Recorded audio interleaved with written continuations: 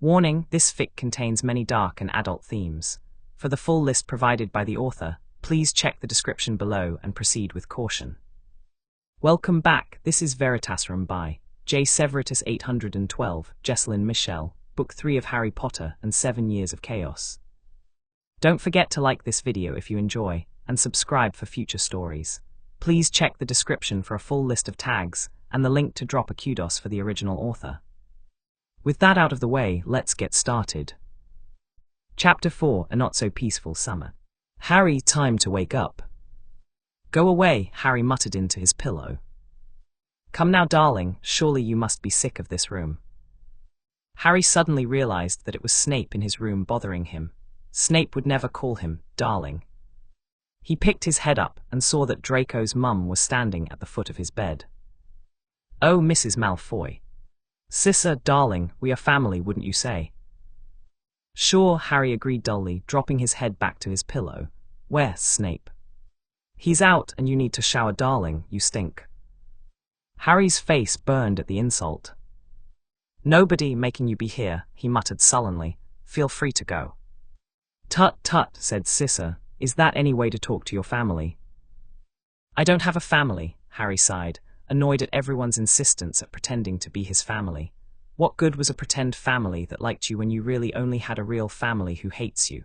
If people pretended to be your family, they could be pretending to like you as well. They probably are. It just isn't smart to trust anyone like that. Of course you do, Sissa said, sitting gently, even though Harry definitely hadn't invited her, on the side of his bed. I'm not masquerading as your family, we truly are biologically related. Harry sat up and looked at her more carefully, his interest caught by her statement. Yeah, he said cautiously, pulling his knees to his chest. Has Draco not told you? She asked with a small frown. Harry vaguely remembered an off-handed comment by Draco in their first year that they were related, but he'd been too focused on Dumbledore, deciding his whole life to have properly listened. Might have, Harry allowed. He looked at her blonde hair, grey eyes, sharp cheekbones and long slender limbs. We don't look much alike. Sissa laughed, and Harry liked her laugh. It was warm and musical, just the kind of laugh he imagined his own mother might have had. Stupid to think that, really. Stupid to waste time thinking about things you could never have or hear. Let me think, you, my darling, are my second cousin through James. His mother, your paternal grandmother, was my mother's aunt. So we're actually related? Harry asked quietly. Sissa smiled and slowly reached over to put her hand on his quilt-covered knee. We are, you are my favorite cousin. Harry laughed a little at that as he shifted away from her hand. Do you have many other cousins to choose from? Come downstairs and have tea with me and I'll go over our entire shared family history with you, she said. When Harry hesitated, she casually added on, you do have an interesting cousin who is a metamorph magus. Harry considered her offer. He really was tired, he didn't want to get out of bed, but he didn't have a family, did he? And Draco's mum was just offering to tell him about one she shared with him, and metamorph magi were really rare. What do you want from me? Harry asked. Nobody did anything for free. I'd like you to shower, she said, holding her nose dramatically. Teenage boys require daily bathes. God, get out, Harry groaned, his face aflame with shame. I'm going, fuck. Sissa laughed merrily again. 15 minutes, darling, she called, closing the door behind her. Harry wondered if Draco would be mad if he cursed his mom. He probably would. Some people were weird about stuff like that. Harry wasn't going to admit it, but he did feel a bit better after his shower. Sissa's knowing look when he came in the kitchen just made him scowl at her though. You spend too much time around Severus, she laughed. You're beginning to pick up on each other's mannerisms. Harry scowled harder at that. Do not, he muttered, slumping down into a kitchen chair. Severus told Lucius a couple of weeks ago that his research was going brill, she said. I don't believe that is a Severusism. Harry felt himself grin just a bit at that. A Severusism, he said. Oh yes, surely you've noticed that Severus has many phrases he prefers to constantly use, Sissa said, taking Snape's usual seat across from Harry. Mostly just brat, I suppose, Harry shrugged. I believe that is meant to be a term of endearment, which is much more polite than his usual son of a bitch, she winked. Now remind me what your charming house elf's name is. Severus refers to him as that irksome elf, but I'm quite sure that isn't what you call him. Mavis, Harry yelled. Crack. Master Potter is getting out of bed. Mavis was worrying Master was never. Shut up, Harry hissed to Mavis, his face heating up again. Draco's mum did not need to know all about Harry being weak, his mind whispered helpfully. Mavis looked between Harry and Sissa, wringing his hands. Mavis is sorry. Mavis is keeping Master's business to himself. Mavis was only being worried about Master Potter. It's fine, Harry sighed, exhausted again already. Sissa wants you. Mavis, would you be a dear and fetch a tea tray for Master Potter? Sissa smiled charmingly at Mavis. Perhaps some finger sandwiches and biscuits too, if you have them. Of course Mavis is having them. Mavis perked up and jumped towards the fridge. Mavis will be having tea and snacks prepared for Master and his friend right away. Thank you, Sissa smiled again at Mavis.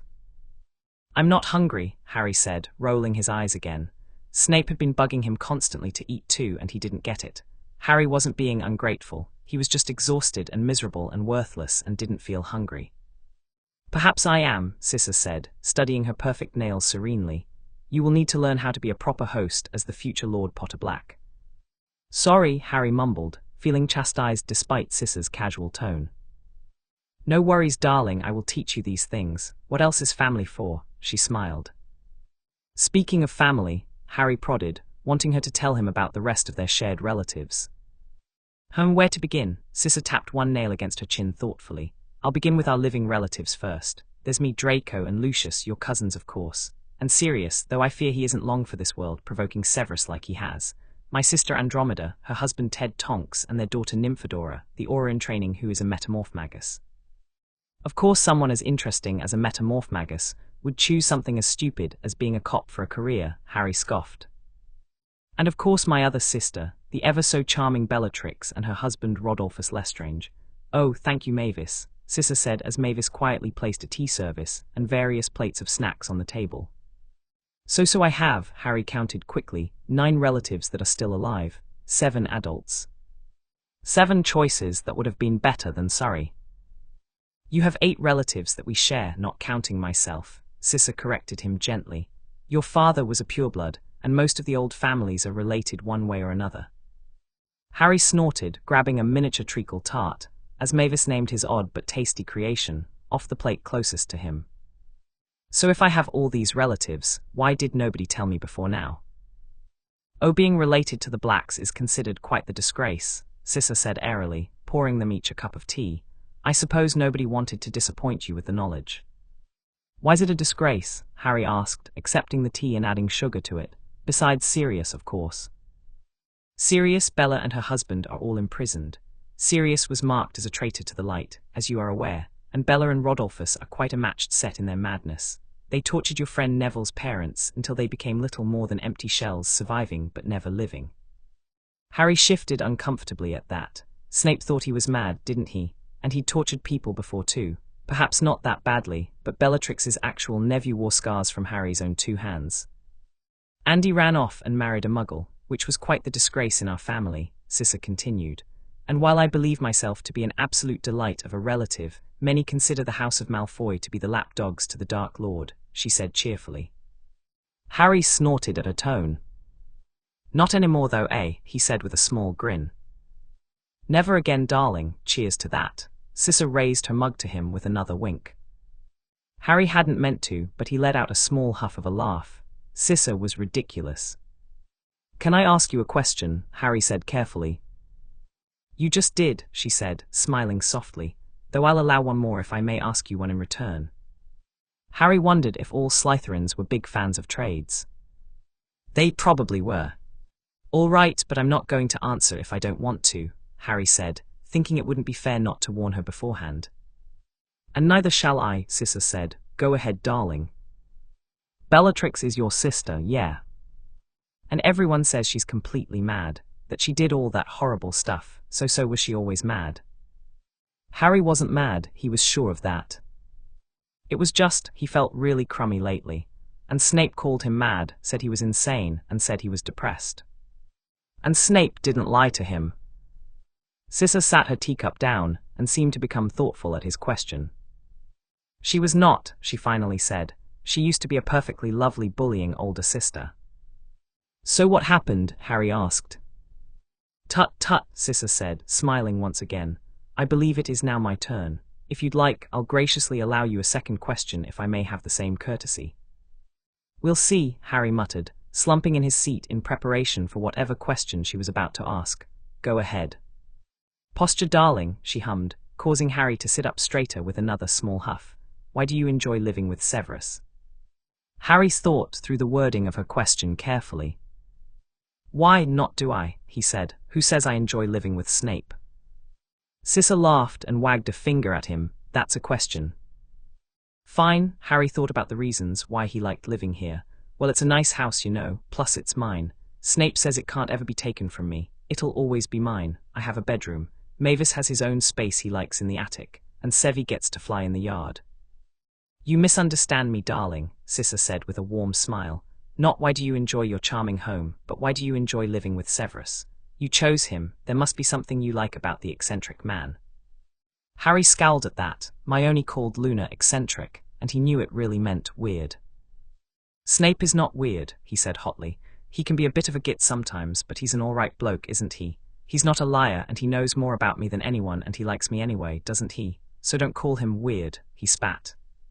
Sissa wasn't cowed in the slightest by his irritation. She smiled even more after he'd quit talking and started picking apart a sandwich. Plenty of people like you, she said, grabbing a handful of grapes. Severus was perhaps the first, though. Exactly, Harry agreed. He was the first person that liked me for no reason. And even though there's things about me Snape doesn't like anymore, it doesn't mean he's not still my friend. I can't imagine there's anything Severus doesn't like about you, Sissa said with a small chuckle. Harry, you sound mad, you sound insane. He thinks I'm crazy, Harry said flatly. Called me insane, didn't he? Thinks I'm like your sister. Did he? Sissa hummed. And you're quite sure he meant it, that he purposefully insulted the child who changed his long-established patroness? He said it, didn't he? Told you, Snape's not a liar. If he said I'm insane, then he thinks it.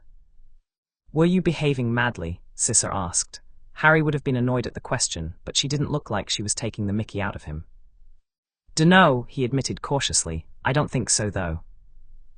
Sissa looked thoughtful as she pursed her lips and leveled her grey eyes with Harry's green. I don't think you're like Bella at all. You do remind me quite a bit of Sirius when he was young, though, she said softly, which is not meant to be an insult, despite what your reddening face tells me you consider it. Harry pushed his chair back angrily and was getting ready to go right back to his room. People thought he was mad too, she said. He'd get these grand ideas for pranks and plans for the future, and he'd be bouncing around the castle, terrorizing people with just his energy. Nobody seemed to understand that these weren't just crazy ideas. They were plans, and they were amazing, and Sirius was a genius for coming up with them. Yeah, Harry breathed, getting drawn in despite himself. He didn't want to have anything in common with a scumbag like Sirius Black, but Harry knew how that felt. Snape certainly hadn't understood his plans for catching Black, didn't even care to listen to them properly. Accused him of being on drugs, just because Harry finally felt completely alive. Oh yes, Sirius would just be so alive, sometimes, she said with a fond smile, almost as if she'd plucked the exact phrase out of Harry's head. Harry checked his barriers and was relieved to know that it was impossible. And then he'd be exhausted, Sissa continued, positively drained of all his energy. A mutual friend of ours told me that he once was so tired and disenchanted with life that he had attempted to hang himself in his dorm room. Harry blanched and subtly tucked his hands under his knees. He'd done that before, maybe not specifically what Black did, but he cut his wrists wide open, hadn't he? Then magic healed him up, even though he didn't tell it to, and Snape found him 2 weeks later. He still had the scars, though. And he hadn't done it again, but he'd thought about it a lot lately. He laid in his bed and wondered how it would have felt if he hadn't accidentally healed himself. You'd be so free. Then of course your father saved his life, and Sirius moved in with him and your grandparents that next summer. What? Harry looked up at Narcissa sharply, pulled from his own swirling thoughts by that new bit of information. My dad saved his life. He did, she said pleasantly. Why'd he move in with him? Cissa frowned at his question, her eyes looking sad and angry. My Aunt Wahlberger, Sirius and his brother Regulus' mother, was an unpleasant sort of woman. I'm sure you know the type. Unfit to be a mother, she sniffed. I believe James thought that saving Sirius from his mother would save him from himself. Harry ignored her insinuation. Did it? He asked. Was Sirius fixed once he was somewhere nobody was hurting him? There was nothing wrong with Sirius to fix, Cissa said softly. He was just another brilliant star that burned too brightly in our sky. Harry rolled his eyes at Cissa's sympathetic tone. If Sirius was a star that burnt brightly, then he tried his best to make sure Harry's star never got to shine at all. So my dad did all that stuff to help him, and then Black turned around and told Voldemort where to find them, didn't he? Harry asked, making sure he knew exactly what all he owed Black for. After my dad let him move in and he owed him a life debt, he had him killed. That is what they say, Cissa agreed. Fucking bastard, Harry snarled. I'm gonna kill him. Will you? Cissa hummed. So you believe that Sirius led the Dark Lord to Godric's Hollow and stood by while he killed his best friend, the man who saved his life, took him into his family home, and named him godfather to his heir. Do you not? Harry asked. What, because he's your cousin? Cissa smiled and slid the bowl of grapes towards Harry, who popped a few in his mouth. Would you stand by and allow someone to kill Severus?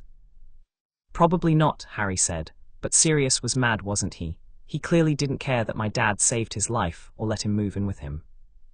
You know, darling, I hear a lot of people say that Sirius was mad. Yet when I think of him as he was when he was a teenager, back when we attended school together, I don't remember him being mad. I remember him being terribly haunted, a horrible bully, and one of the most tragically misunderstood people I had ever met at that point in my life. Snape says I'm misunderstood, Harry said softly, rolling the tension out of his shoulders. Says people are scared of what they don't understand, didn't he? Severus is an exceedingly bright man, Cissa said, smiling once again. Yeah, Harry agreed. So if he thinks Sirius is mad, and I'm mad, then he's probably right, isn't he? Oh, Severus isn't infallible, Cissa laughed. He told me many times he would never have a child, yet here you sit. Harry was exhausted. Depressed, a voice that sounded like Snape whispered. I'm tired, he hedged. I might just go upstairs and lay down for a bit. You would leave me to entertain myself until Severus arrives home. Cissa pouted, looking a lot like Draco. Be a gentleman, Harry. Tell me about this party you're planning for Mr. Longbottom that has caused my son to be so terribly envious. Harry reluctantly laughed at that. Draco was such a jealous prat. Well, it's for Neville's birthday, sort of. I wanted it to be just a party for Neville, but Susan threw a fit, didn't she? Said either it had to be for both of us or she'd plan her own party, he said fondly. So it's a joint birthday party, just for our gang, even though Draco tried to invite the whole bloody castle. Draco is a social butterfly, Cissa smiled. He's been pouting quite spectacularly that you haven't been by to fly with him yet this summer. Harry fidgeted uncomfortably. I was really busy, and then I've been sick, he offered as a weak excuse. You're a terrible friend. Well, a terrible cousin, apparently. He'll be delighted to hear you feel better. I'm sure he'll have an entire day's worth of activities planned for you soon. Harry was saved trying to find an excuse to get out of what sounded like an exhausting day by Snape's arrival home. Severus, Cissa cried happily as Snape stepped slowly into the kitchen, giving Harry an inscrutable look. How did your appointment go? It went as well as expected, Snape said, opting to lean against the kitchen counter. How has your afternoon been? Wonderful, Cissa said cheerfully. Harry and I have been talking about our family. Have you? Snape asked evenly. We have, she said, and now I must get going. Who knows what mischief Draco has gotten into in my absence. He'll be pleased when I inform him of his cousin's impending visit, she said with a wink towards Harry, showing herself to the flue before Harry could tell her not to tell Draco that. Damn it. Now he either had to go see Draco or listen to him whinge the whole train ride back to Hogwarts. Snape snorted and moved to his now empty seat. Narcissa is a force of nature, Snape muttered, snagging a biscuit off one of the trays. Harry scooted his chair back, planning on quietly heading back to his bed, now that Cissa wasn't here to trick him into staying. How was your afternoon? Snape asked. Fine, Harry said. Was Narcissa a pleasant guest? Suppose so, Harry said. Harry, I owe you an apology, Snape said abruptly, catching Harry's attention. For what? He asked. Snape looked right in Harry's eyes. He looked upset about something. Harry would swear there were new lines around Snape's eyes that hadn't been there before. When you informed me that you were looking for Black, I was incredibly concerned. I am still worried that you will be hurt if you confront him, but it is a poor excuse for what I said to you, and for that I am sorry. Did you mean it though? Harry asked. Apologies are just words, they don't mean anything, not really. I did not mean it, Snape said. I do not believe you are mad or insane. Harry sagged a little in his chair and gave Snape as much of a smile as he felt like he could give. God, he was exhausted. Sissa said you aren't infallible, he said. Narcissa was quite right, Snape agreed. As you of all people are aware, I have made many mistakes in my life, and I will continue to make many more. Harry stood up and stretched. He hadn't realized how long he'd been sitting there with Sissa. It's fine, he said. Just don't do it again, yeah. He glanced towards the doorway and edged towards it. I'm just gonna go work on homework for a bit. I was hoping we could talk if you had time, Snape said, standing up now too. We could move to the sitting room. You did spend quite a bit of money to make it comfortable. Harry sighed. It was beginning to seem like he was never going to get back upstairs at this rate. Case, he agreed. Harry followed behind Snape to the sitting room, where he immediately curled up in his favorite chair. What are we talking about? He asked blankly. I had an interesting appointment today, Snape said, apropos of nothing. Brill, Harry said, when Snape didn't explain further. I went to see a muggle that I see on occasion, Snape said. He's considered to be an expert in his field. For cancer? Harry asked. Snape had told him about using the basilisk venom to create a cure for the muggle disease. Harry personally thought the venom should be made into a weapon, but it was Snape's call. Psychology, actually, Snape said. Is that some other muggle disease? Of a sort, Snape said slowly. It is an illness of the mind. The man is a mind healer. Oh, okay, Harry glanced longingly towards the stairs. Is that all? I thought you would like to meet him, Snape said. An illness of the mind, a mind healer. You sound insane. No, Harry said flatly, I'm not crazy. I know that, Snape said quietly, watching Harry closely. Mind healers are not solely for crazy people. They can assist you in sorting your thoughts and processing events in your life. I believe the Wixen world is ignorant for not utilizing their services more. Brill, then you go see him, Harry said. I won't. Would you be willing to see him at least once for a trade? Snape said shrewdly. What is with everyone and their trades today? Harry shook his head. Doubt it, he said, getting to his feet. There's a new broom that recently was released to the market, a firebolt, Snape said. I would purchase it for you if you would go to one appointment. For a split second Harry considered it. Draco had written him weeks ago about the new broom, and Ron described all of its features in one of the letters he sent before he had left for Egypt. Harry saw it when he went to Diagon Alley with Susan the beginning of the summer, before Sirius Black escaped, and it looked amazing. But he wasn't fucking crazy. And he wouldn't say that he was just for a new broom, he'd just buy it himself. No, I'm not crazy, Snape. I know that, Snape said softly. Too softly, like he's talking to a crazy person. He didn't mean that apology, it was just words. Harry, you sound insane. Then why are you doing this? He asked quietly. Snape sighed and cradled his head in his hands for a moment. Harry, you are not crazy, you are sick. It's called, Harry watched as Snape swallowed thickly before continuing, it's called manic depressive illness and you need help. What's that? Harry asked, reluctantly sinking back down into his chair and scowling at Snape's comment. He does not need help. He doesn't need anything. He's fine. He's just fucking so tired, and nobody will leave him alone. It's why you were feeling so energetic and behaving so erratically, and why you are currently so tired and despondent, Snape said. It's a legitimate disease, Harry, and talking to the mind healer will help to treat it. I don't need to go talk to some healer, I'm fine, Harry said. I don't have that disease, I swear. I'm just, Harry faltered, trying to find an excuse Snape would accept that wasn't some mad disease. I'm bored, and I'm tired. Depressed, Snape murmured. You are depressed, and at some point you will be manic again, then depressed again, and it will continue to cycle, Harry. This is not a weakness. I know it's not because I don't have it, Harry insisted, getting to his feet again. I'm going to my room, he said shortly. Snape sighed and rubbed his eyes. Go, he said, but please don't lay in bed the rest of the day, Harry. It isn't healthy. "'Kay," Harry said, heading quickly for the stairs. He threw his door open and immediately flopped down on his bed. Snape thought he had some mad illness anyway. What did it matter? Harry got up the next morning and actually felt a little calmer and more clear-headed than he had the last week. He knew he didn't have maniac depression, or whatever Snape called it. He had just been sick, probably a cold or something. He went downstairs and smirked at Snape's surprise at seeing him at breakfast. "Morning," Harry said. "Good morning," Snape said. "Would you like a cappuccino?" "Sure," Harry shrugged. "Any plans for the day?" Snape asked, handing Harry a mug. "I'm gonna go see Draco, maybe grab Luna and go shopping if that's not too crazy," he scoffed. "It sounds reasonable to me," Snape said calmly, ignoring Harry's jibe. "Will you be purchasing your textbooks?"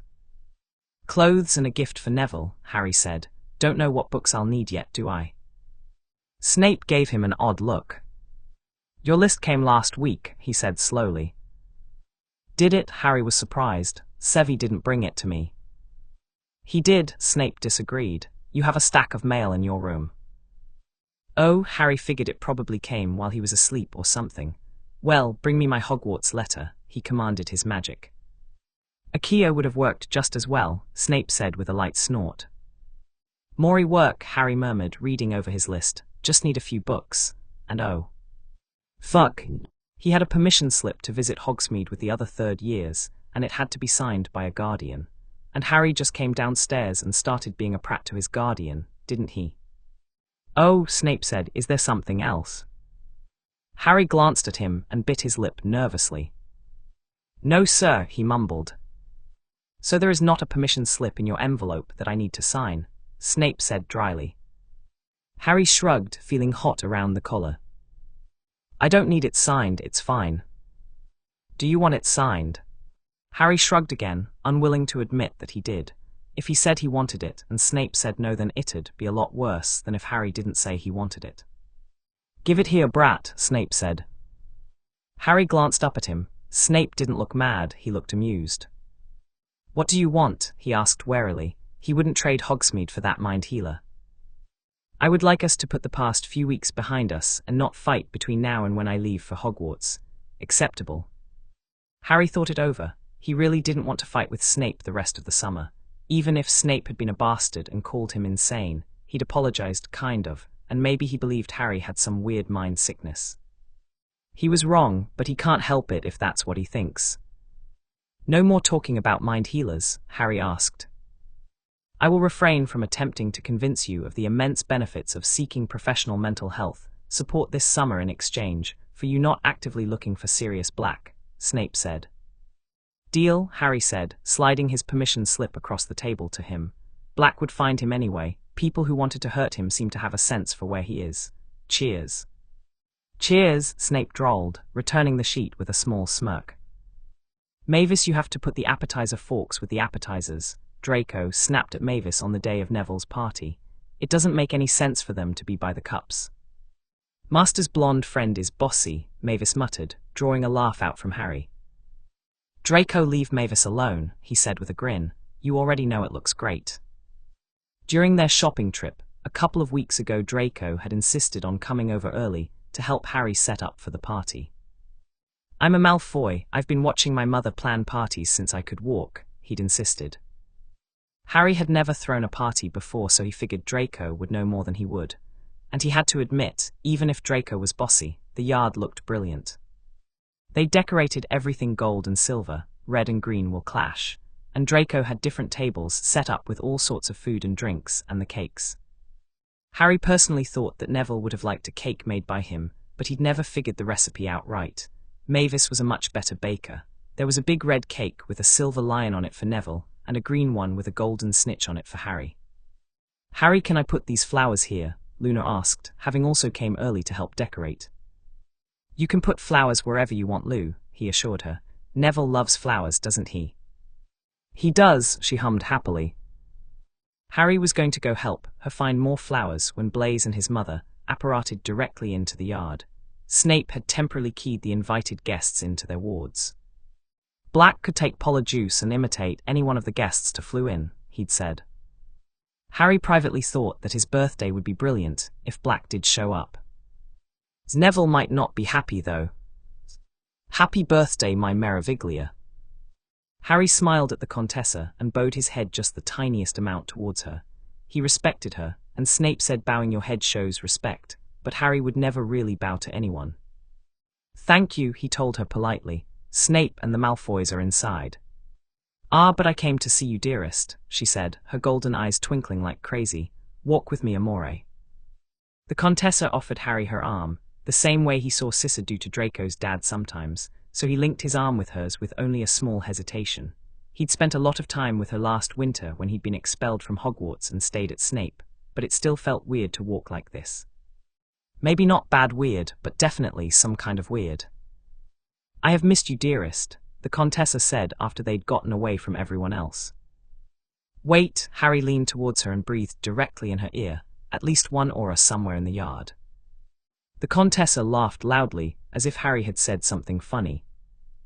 Of course, dearest, allow me. She flicked her wand and Harry could feel her powerful magic surround them.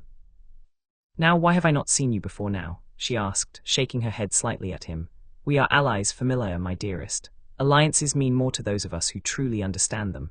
I would have thought you would seek refuge from Sirius Black with me this summer. I didn't want to hide, Harry admitted. I want to find him. It's his fault my parents were killed, wasn't it? I'm going to kill him. If there was anyone Harry could admit his plans to, it was the Contessa.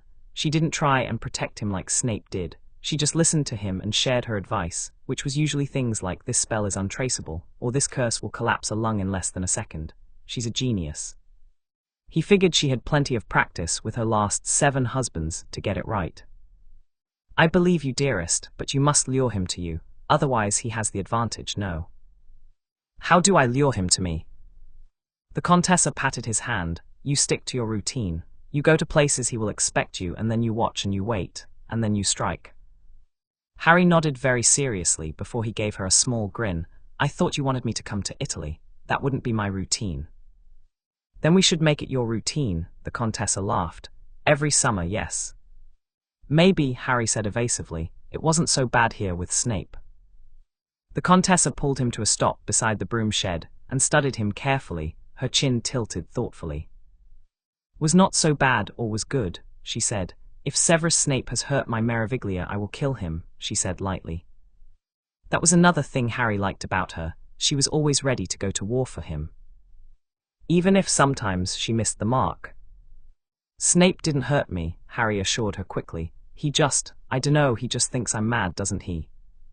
Elocution, my dearest, the Contessa hummed. Severus believes you are mad because the world has never had one such as you before, have they? You are my Meraviglia, you are an Ico, one of a kind, yes. It is better to be considered mad than to be one of the many, my dearest. Harry hadn't really thought of it like that. He knew when he was 6 that it was better to be special than to be a part of his family. He knew when he was 11 that it was better to be feared than to be seen as weak. It made sense that it was better to be considered mad than to be like everyone else. Thank you, he said softly. You're right. The Contessa laughed again and steered him back towards the party, where Harry could see that the rest of the gang had shown up.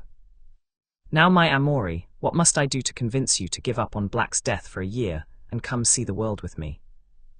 Harry laughed as he offers got more and more outrageous until they got back to the yard, and she went inside with a last soft smile towards him. The Contessa really was amazing. Harry was glad he'd put Blaise and his gang back in first year. Harry greeted all his friends who came. He laughed when him and Neville told each other happy birthday at the same time.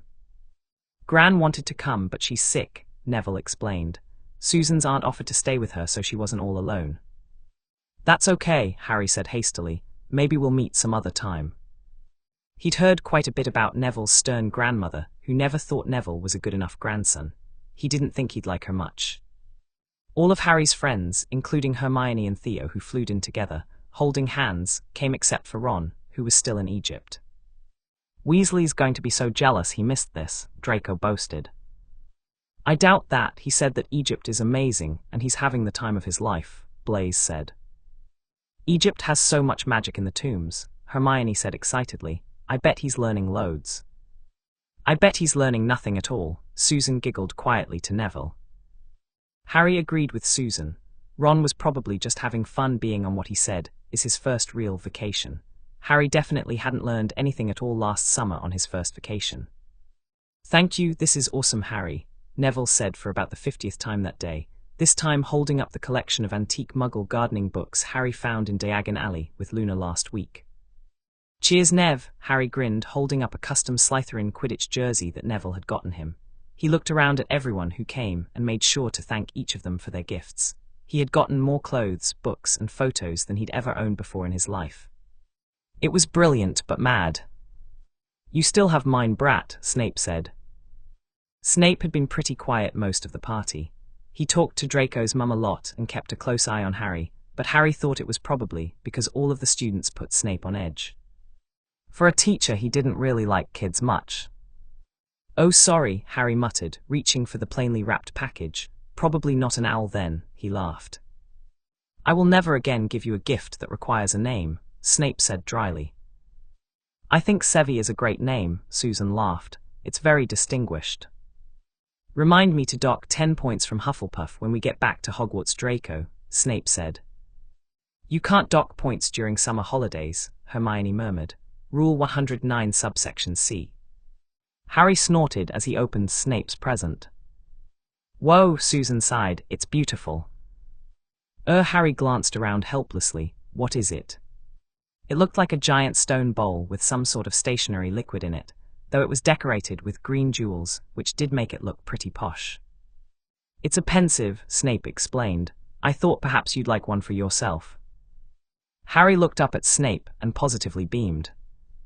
Thank you, he said earnestly. Hold on. Bring me the prophecy. Get the prophecy out of my trunk and bring it to me.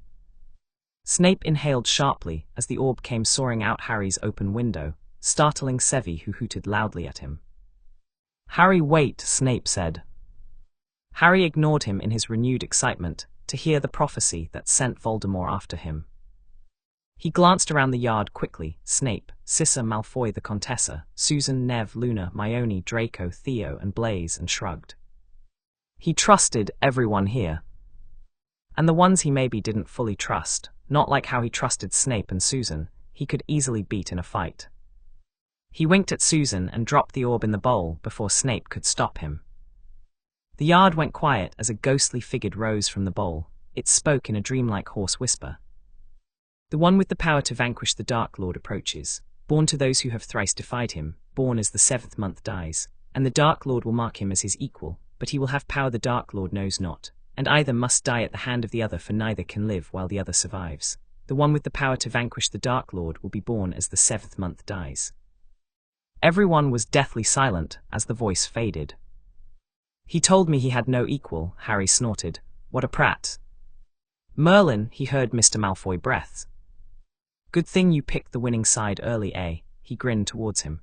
Doesn't say the Dark Lord has the power to vanquish me, now does it? Harry, that means you're going to have to kill VV Voldemort, Neville stammered. Harry shrugged. I was always going to anyway, was I? He looked around and saw that everyone looked rather pale, except for Blaze's mum, who was beaming at him, but they were all staring at him. What? Snape snapped out of it the quickest. He shook his head and gave Harry an irritated look. You chaotic little demon, this cannot get out, he hissed. People do not need to know you are some sort of prophesied vanquisher of the Dark Lord. Harry shrugged. Unbreakable vows not to tell anyone else about it now, or I'll have Snape obliviate you, he called to everyone standing around. Harry, I will not obliviate a group of children, Snape sighed before glancing towards the Malfoys and the Contessa, nor will I attempt to obliviate your family. All right, I'll do it, but fair warning, I dunno how. So fingers crossed I don't wipe your whole mind, yeah, Harry grinned at everyone. Everyone pretty quickly agreed after that. Brill, who wants cake? The rest of the party went brilliantly, which Harry assured Draco of multiple times. They'd had cake, talked and gossiped, and Cissa talked about some stories she knew about Neville's mum Alice. Harry thought it was a mad thing to bring up on Neville's birthday, but Neville looked happy about it, so Harry didn't protest. After cake, the kids broke off to hang out in Harry's room while the adults had tea. "They're likely gossiping about the prophecy," Blaise drawled as he laid back on Harry's bed. "Well, it is very serious," Hermione said, sitting next to Theo on the floor. Harry saw they were still holding hands and figured Susan must be right when she told him that they were together now. "But it doesn't really change anything, does it?" Draco said. "Harry's powerful and he's going to kill the Dark Lord." He yawned dramatically. "It's old news." "I suppose that's true," Hermione said slowly, glancing at Theo, who just shrugged. "We all knew Harry was mad, this just confirmed it." He smirked at Harry. "Harry's not mad, he's a genius," Luna said softly. Harry, who had been scowling fiercely at Theo, now blushed hotly at Luna's praise. "Thanks, Lou," he said, sitting cross-legged on the floor beside her. "Theo's just jealous he doesn't have a prophecy, ain't he?" "Probably," she smiled. "Either must die at the hand of the other, for neither can live while the other survives," Susan quoted. "Makes it sound like you can only die if the Dark Lord himself does it." "Don't encourage him," Draco groaned. "Do we really need another Harry versus a basilisk situation on our hands this year?" "Instead we'll have Harry versus his godfather," Theo laughed. "Don't say that either," Neville scolded him.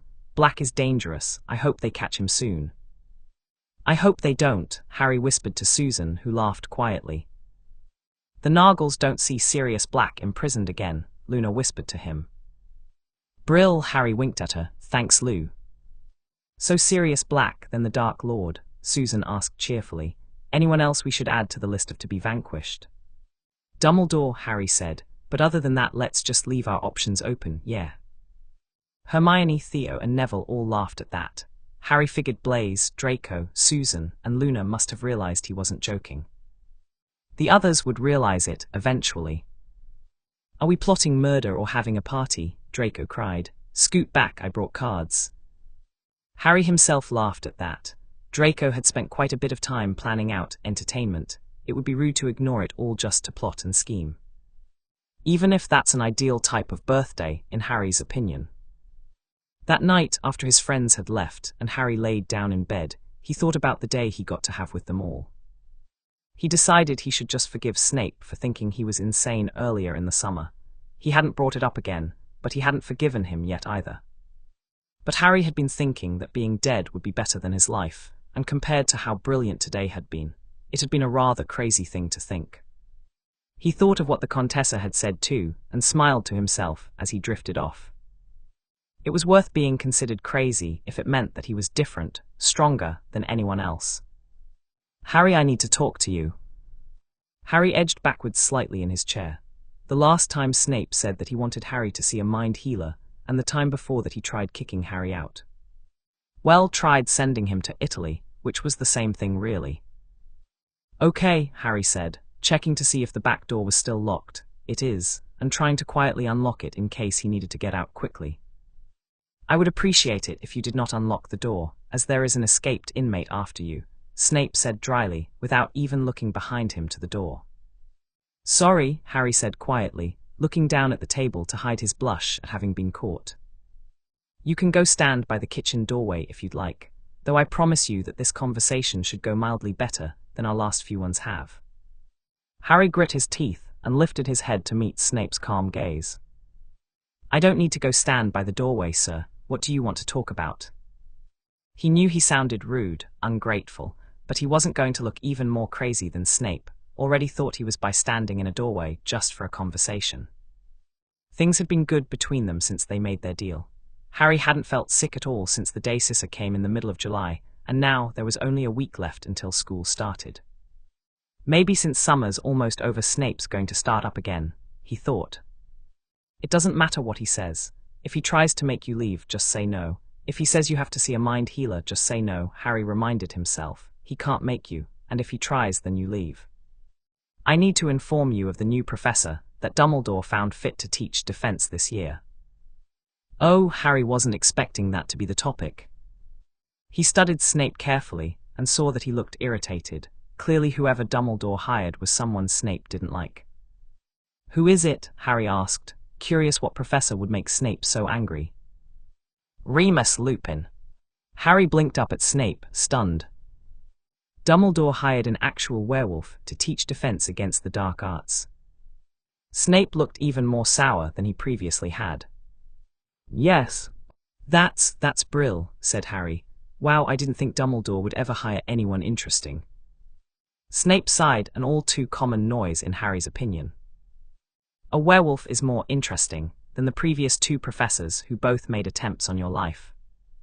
As soon as he said that, Harry remembered why Snape would be looking so angry about the new professor. Wait, Dumbledore hired the guy who treated you like dirt and tried to kill you. Why would he do that? Snape rolled his shoulders and grimaced. Dumbledore believes that he is the most qualified candidate, and, Snape faltered for barely half a second before continuing, and I believe it has something to do with Black's escape. Dumbledore thought it was a good idea to hire Black's best friend while he's on the run. Is he an idiot? I see that we are of the same mind, Snape said with an approving look. Dumbledore believes Lupin will assist in stopping Black should he be so foolish to try and break into Hogwarts. But Lupin was quite enamored with Black during their later school years. I doubt that he will actively impede any plans of Black's to evade capture. Enamored? Harry asked. I don't know what that means, he admitted quietly. Stupid. If I said that Theodore is enamored with Miss Granger, could you guess the definition by the context clues? Susan says Theo's in love with Hermione. Oh, he sighed, getting it now. Lupin was in love with Black. Harry shuddered. That's disgusting. Snape gave him an inscrutable look. Because they are both men. What? No, why would I care about that? Wixen care about the weirdest things, don't they? Blokes sleep with blokes all the time. I meant because Black's a scumbag. Embarrassing to be in love with him now, innit? Snape huffed out a laugh and leaned back in his chair. It would have been embarrassing to be in love with him back then as well, he agreed. Though I'm curious what you know of blokes sleeping with blokes all the time. Have I been inadequate in preventing my snakes from participating in sexual activities in the dorms? Harry shrugged. I'm no snitch. You are likely not a quaffle either, Snape said slowly, giving Harry an incredulous look. Harry laughed as he realized that Snape had no idea what he meant. It was nice knowing something someone else didn't for once. No, he said, grinning now as Snape still looked confused. A snitch is like a tattletale, yeah. Someone who turns people into the cops when they've done something wrong. Ah, Snape said, I believe your mother once called me that actually. I had forgotten. So you forgot, Harry drawled. Why, she call you a snitch, what you do? Tell me if my students are participating in sexual liaisons, and I will tell you. Damn. Harry really wanted to know why his mum had called Snape a snitch, but he didn't want to get anyone in trouble either. If I tell you if there are any Slytherins sleeping together, you swear you'll tell me what happened to make my mum call you a snitch, Harry checked. I swear, Snape said solemnly with a small smile. Okay, yes, there are Slytherins sleeping together. Your turn. Snape blinked slowly at Harry, who was beginning to worry that he was going to be mad once he realized he'd tricked him, but then Snape started laughing. Like really laughing. You are a cunning brat, Snape wheezed, clutching the table. Harry smirked at him. Snape didn't have room to talk. He was just as careful with his wording sometimes too. Your mother once stole your grandmother's car for a joyride around the neighborhood, despite only being 14 and thus having no license. When your grandmother asked me about it, I couldn't lie to her. Your mother was grounded for weeks. You wouldn't lie to cover for your best friend? Harry asked incredulously. Snape had lied for him loads of times. Harry, you have to understand your grandmother was the sweetest woman I have ever met, and she was positively terrifying. Snape shuddered theatrically. I could never have looked her in the face and lied to her. Snitch, Harry said with a grin. Quaffle, Snape said back solemnly. Is that all you wanted to talk about? That there's gonna be a werewolf teaching? Oh fuck, Harry gaped at Snape. It's brill that Lupin got a job and all, but did it have to be in a school with my friends? What's he going to do during the full moon? Snape grimaced. I see we are once again of a similar mind, he said with a nod. I will be brewing the Wolfsbane potion every month for Lupin. You do that for him? Harry asked curiously, even though he was such an ass to you, and he almost killed you. If Dumbledore insists on hiring a literal monster to teach within the castle, then I will do what I can to prevent Lupin from infecting or killing any students, Snape said. Harry looked at Snape and felt his respect for him grow even more. Lupin was part of a gang that made Snape miserable for 7 years, embarrassed him, played pranks on him, hurt him, and even tried to kill him once. but Snape would ignore all that to make sure Lupin couldn't hurt anyone while he was at Hogwarts. "You're a good person," Harry said seriously. "I wouldn't do it if I were in your position. I'd just kill him. Still will if you want me to." Snape looked incredibly amused at that. "Ironically, Lupin will be quite pleased to meet you." Harry scrunched his nose up with distaste. "Why? Because he was mates with my dad." Lupin only had 3 friends when he was a student, your father, Black, and Pettigrew. 2 of his friends are dead now, both through the actions of the third.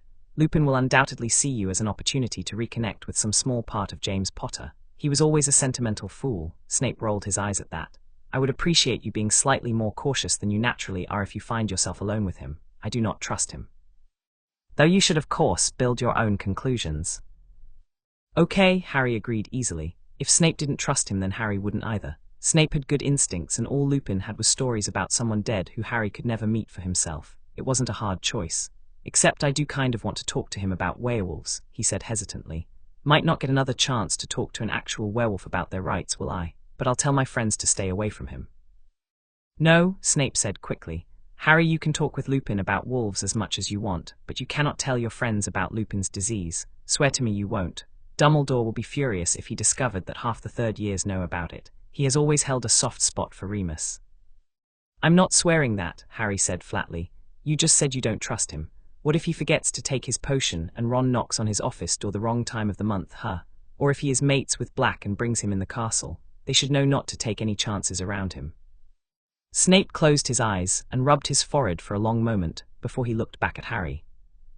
"If your friends tell anyone else, then it could be the end of Lupin's career, and possibly mine, if Dumbledore discovers I am the source of the leak." "They won't tell anyone," Harry said confidently. "I'll make them swear not to, but I am telling them." Snape groaned. "Lupin will be furious to discover I've told you what he considers to be a shameful secret." "More reason for me to know then, yeah," Harry grinned. Snape made a show of protesting, but Harry thought he looked like he probably didn't really care all that much. "Mavis, you cannot ride the train with me," Harry rolled his eyes. Mavis was standing in the kitchen doorway, blinking at Harry with his big yellow eyes, trying to pathetically convince Harry to let him ride the train with him back to Hogwarts this morning. "Mavis will be bringing Master Potter treats if he is letting Mavis come," Mavis whined. "Mavis will be quiet, and Master will not even know he is there."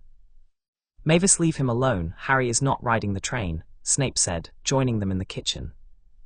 "Yes, I am," Harry said shortly. "Harry, I feel like I should once again remind you, there is a convicted murderer looking for you. He will kill you if he finds you. You would be safer simply fleeing alongside me to Hogwarts this evening." "No thanks," Harry said. "Told my friends I'd meet them on the train, didn't I? I doubt Sirius Black is going to be on the train, will he?" "Lupin will be riding the train," Snape scowled, "so I would not put it past them." Harry shrugged. "More reason to ride. I need to protect my friends, don't I?" "No," Snape said shortly. "It is not your job to protect anyone aside from yourself." "You're wrong," Harry snorted. "They're mine, sir, and I won't just leave them alone. Not even for the opportunity to have uninhibited access to Hogwarts while the students are on the train," Snape offered hopefully. Harry shook his head and glanced at the time. "Nope, and I gotta go if we want to find a compartment." He gave Snape one last cheek grin before he stepped in the flue for platform 934. "See you at Hogwarts," he called. Chapter 5, Hogwarts, home of budding assassins, apparently. Remus Lupin was excited, he was worried, and he was exhausted. He had spent last night howling at the moon and clawing at his own skin. Hopefully, if Albus' words were to be believed, it would be the last month he had to do so. Albus said that he spoke with Severus, who surprisingly agreed to brew the Wolfsbane potion for him every month from now on. This was an undeniable boon of coming to teach at Hogwarts, as the newly approved Wolfsbane potion was much too expensive for him to ever afford. He boarded the Hogwarts Express, a couple of hours before even the earliest students would, and smiled sadly as his own childhood memories came rushing back at him. Since his first year he had never rode the train without James, Peter, and... well, this ride would be markedly different anyway. He chose to ride in a compartment in the back, believing he would be able to sleep more in a student section than with the chatty conductor. He put his briefcase on the storage area above his bench and made himself as comfortable as he could. In just 5 hours he would be returning to Hogwarts, Not as a student with his friends, but as a professor, alone. He would need some rest. "Who do you suppose that is?" a voice whispered, jerking Remus from his sleep. "Professor R.J. Lupin," a female voice said. "Keep your voice down, Ronald, he's sleeping." Remus would have smiled in amusement if he were not pretending to stay asleep. The wolf inside him could hear perfectly. He was surprised it took the boy's whisper to wake him, instead of the opening of the compartment door. "How do you know everything?" the first voice asked, exasperation clear in his tone. "She read his briefcase, obviously," a posh-sounding male said. "Will you sit by me, Hermione?" "Yeah, of course," the girl who identified Remus, Hermione apparently, said softly. "You think he's the new defense professor?" another posh male voice asked quietly. "He is," yet another male voice said, this one much rougher than the others. "But wait until Luna gets here. I've got to tell you guys something."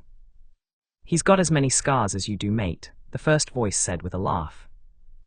Remus was curious what child was covered in as many scars as an adult werewolf. Could Dumbledore have brought in a child with lycanthropy again? He inhaled carefully, and was both disappointed and relieved not to smell another wolf in the compartment. He listened as it sounded like at least 7, possibly 8, students made their way in the compartment.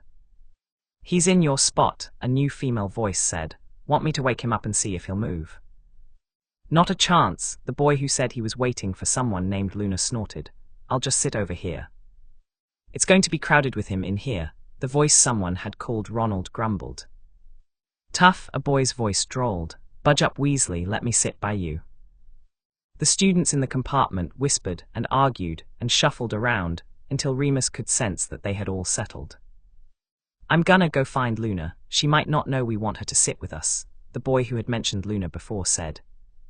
"I'll go." The boy that Remus is now sure is Molly Weasley's youngest son, Ronald Weasley, offered immediately. "You stay here, Harry." Remus felt as if his whole body had suddenly perked up. Harry, surely not Harry Potter, James' son. He had hoped to speak with him when he arrived at Hogwarts. He didn't think he would get so lucky as to ride in the compartment with the son of his best friend.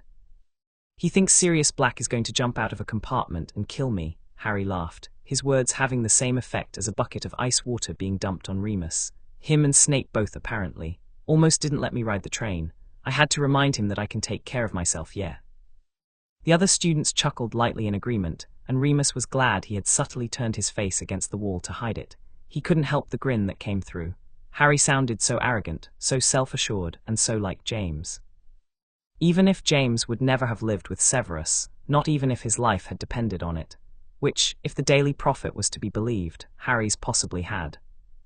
The compartment door slid open again, and Remus could smell that 2 students came in. One was the returning Ronald Weasley, and the other was someone with a light step, probably the Luna that Harry was worried about.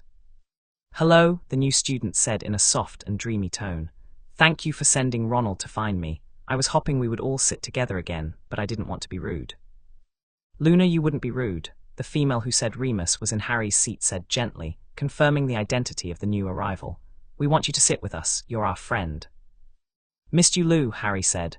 Remus could practically hear the grin that must be accompanying that statement. "Come on, you can sit by Susan. It's a bit crowded, though." "That's okay," the girl who must be Luna, or Lou apparently, said softly. "I'll just spread out down here." Remus felt it as Luna came close to him, probably sitting on the floor beneath the windows between him and Harry, who he assumed took the opposite corner seat from him. "You guys want to hear something, Brill?" Harry whispered after Luna had quit shifting around. Remus wondered about Harry's accent. It was the most easily identifiable out of the mix of the students. It had a twang to it that wasn't unlike the ones he frequently heard in the rougher parts of London, but it also had a drawling tone that Remus thought must mean Harry has spent quite a bit of time around Severus. "What is it?" the female who someone had called Hermione said. "You guys have to swear not to tell anyone," Harry said, harsher than Remus imagined a boy his age could sound. "I mean it. Snape said not to tell you guys, but I didn't want anyone to take any chances, and I told him that. So swear it or get out." "Bossy thing, isn't he?" Remus thought with a fond grin as he thought of Lily herself. He listened to what he was now fairly confident were 8 students, swearing to keep whatever secret Harry had to themselves. "Okay, but if I find out you told anyone at all, I'll kill you," Harry said. "And that sounds quite a bit like." Remus cut that thought off immediately.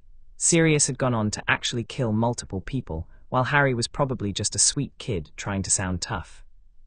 Lupin is the new defense teacher, and he's a werewolf. But if Lupin or Dumbledore find out you know, and they ask, how just say you figured it out yourself cause he's always sick during the full moon or something. How wise who? Merlin, damn you, Severus. Remus couldn't believe that Severus would tell Harry that. Well, yes he could. Severus was a petty, grudge-holding, immature. That's so dangerous, Hermione cried quietly. Remus could feel the person seated next to him inching away quickly. He could kill us, or infect us, or anything. Don't be stupid, the girl seated by Harry, probably Susan as that was the only female name left that Remus had yet to identify, said calmly. He's not dangerous. Well, he did nearly kill Snape when they were students, Harry said, but Snape's making him take wolfsbane while he's here, so he'll be safe enough during the full moon. Snape says he's a git even without being a werewolf though, so I dunno. Was there anything that Severus didn't tell him? Remus fumed. He mentally scoffed at Harry, saying Severus was making him take the wolfsbane potion, as if Remus wouldn't give up any one of his limbs for the opportunity to have constant access to the potion. Snape says he's a git. Because Severus had been such a pleasant ray of sunshine as a student, he clearly hadn't changed a bit. Why would Severus tell Harry these things? No student needed to know that their teacher was a monster, and now there were at least 9 of them fully aware. You said this news would be Brill, one of the posh-sounding boys situated near Hermione's voice said tightly. What part of our defense professor being a werewolf is Brill? The part where Harry is a complete lunatic, a boy near the door mumbled. Don't call him that, Luna said. Remus almost didn't recognize her voice. She sounded much colder than her previously soft and airy tone had been. Sorry, the boy mumbled. It's Brill, Theo, because it means that maybe he'll talk to me about how to get werewolves more rights, Harry said in a tone that made Remus imagine he was rolling his eyes. And it's fine, Neville, don't let Luna scare you, he added happily. Neville Longbottom, now that Harry had pointed it out, the boy that called him a lunatic did sound a bit like Frank had. But Harry, werewolves are dangerous, the boy who told Ronald to budge up said, sounding panicky. I'm sure my father has no idea that Dumbledore has hired a werewolf. I'll tell him myself and he won't do a fucking thing about it, Harry said confidently. Lupin'll be on the wolfsbane potion, and this is a prime chance to find out more about how to improve the lives of werewolves. Remus let himself smile at that. Harry had clearly inherited his mother's kind heart, even if he had an obvious penchant for vulgar language. Probably got it from Severus, he thought uncharitably. Thankfully Severus' views on werewolves hadn't rubbed off on Harry. Though Remus felt uncomfortable as he realized that Severus probably wouldn't be so anti-werewolf if Sirius hadn't used Remus, Wolf, to nearly kill him. He was sure it must have been quite traumatic for a 16-year-old to come that close to death for the sake of a prank. I thought you were all about dangerous creatures, Draco, Ronald Weasley said with a laugh. Weren't you talking about sweet dragons last year? He's not a creature, Ronald, Susan sniffed. For God's sake, you can see he's a human being right there. Someone giggled lightly. Remus was fairly sure it was the girl by the window, Luna. The boy who mentioned his father, Draco, probably Lucius Malfoy's son Draco, sounded incredibly nervous. Remus could imagine the looks he was currently being given. Harry just said he tried to kill Uncle Save, Draco said. He's not a puppy. Wish I had a dog, Harry grumbled abruptly. Met one this summer, didn't I? But Snape said one annoying owl, irritating elf and moody teenager is enough for our house, he drawled, sounding remarkably similar to Severus himself. Remus felt clammy at the mention of Harry meeting a dog over the summer. Surely it was an ill-timed coincidence. If Harry had the misfortune to find a certain large black dog this summer, he wouldn't have been able to return home safely to Severus. Which was an altogether odd thought to have. Snape wouldn't let you get a dog. I thought it was your house, Susan said. Harry's house. Remus was sure Albus told him that Harry lived at Spinner's End with Severus. He said if I could find a way around the Hogwarts rulebook to adopt the dog, then I could, but I can't get a dog that I'd have to leave behind.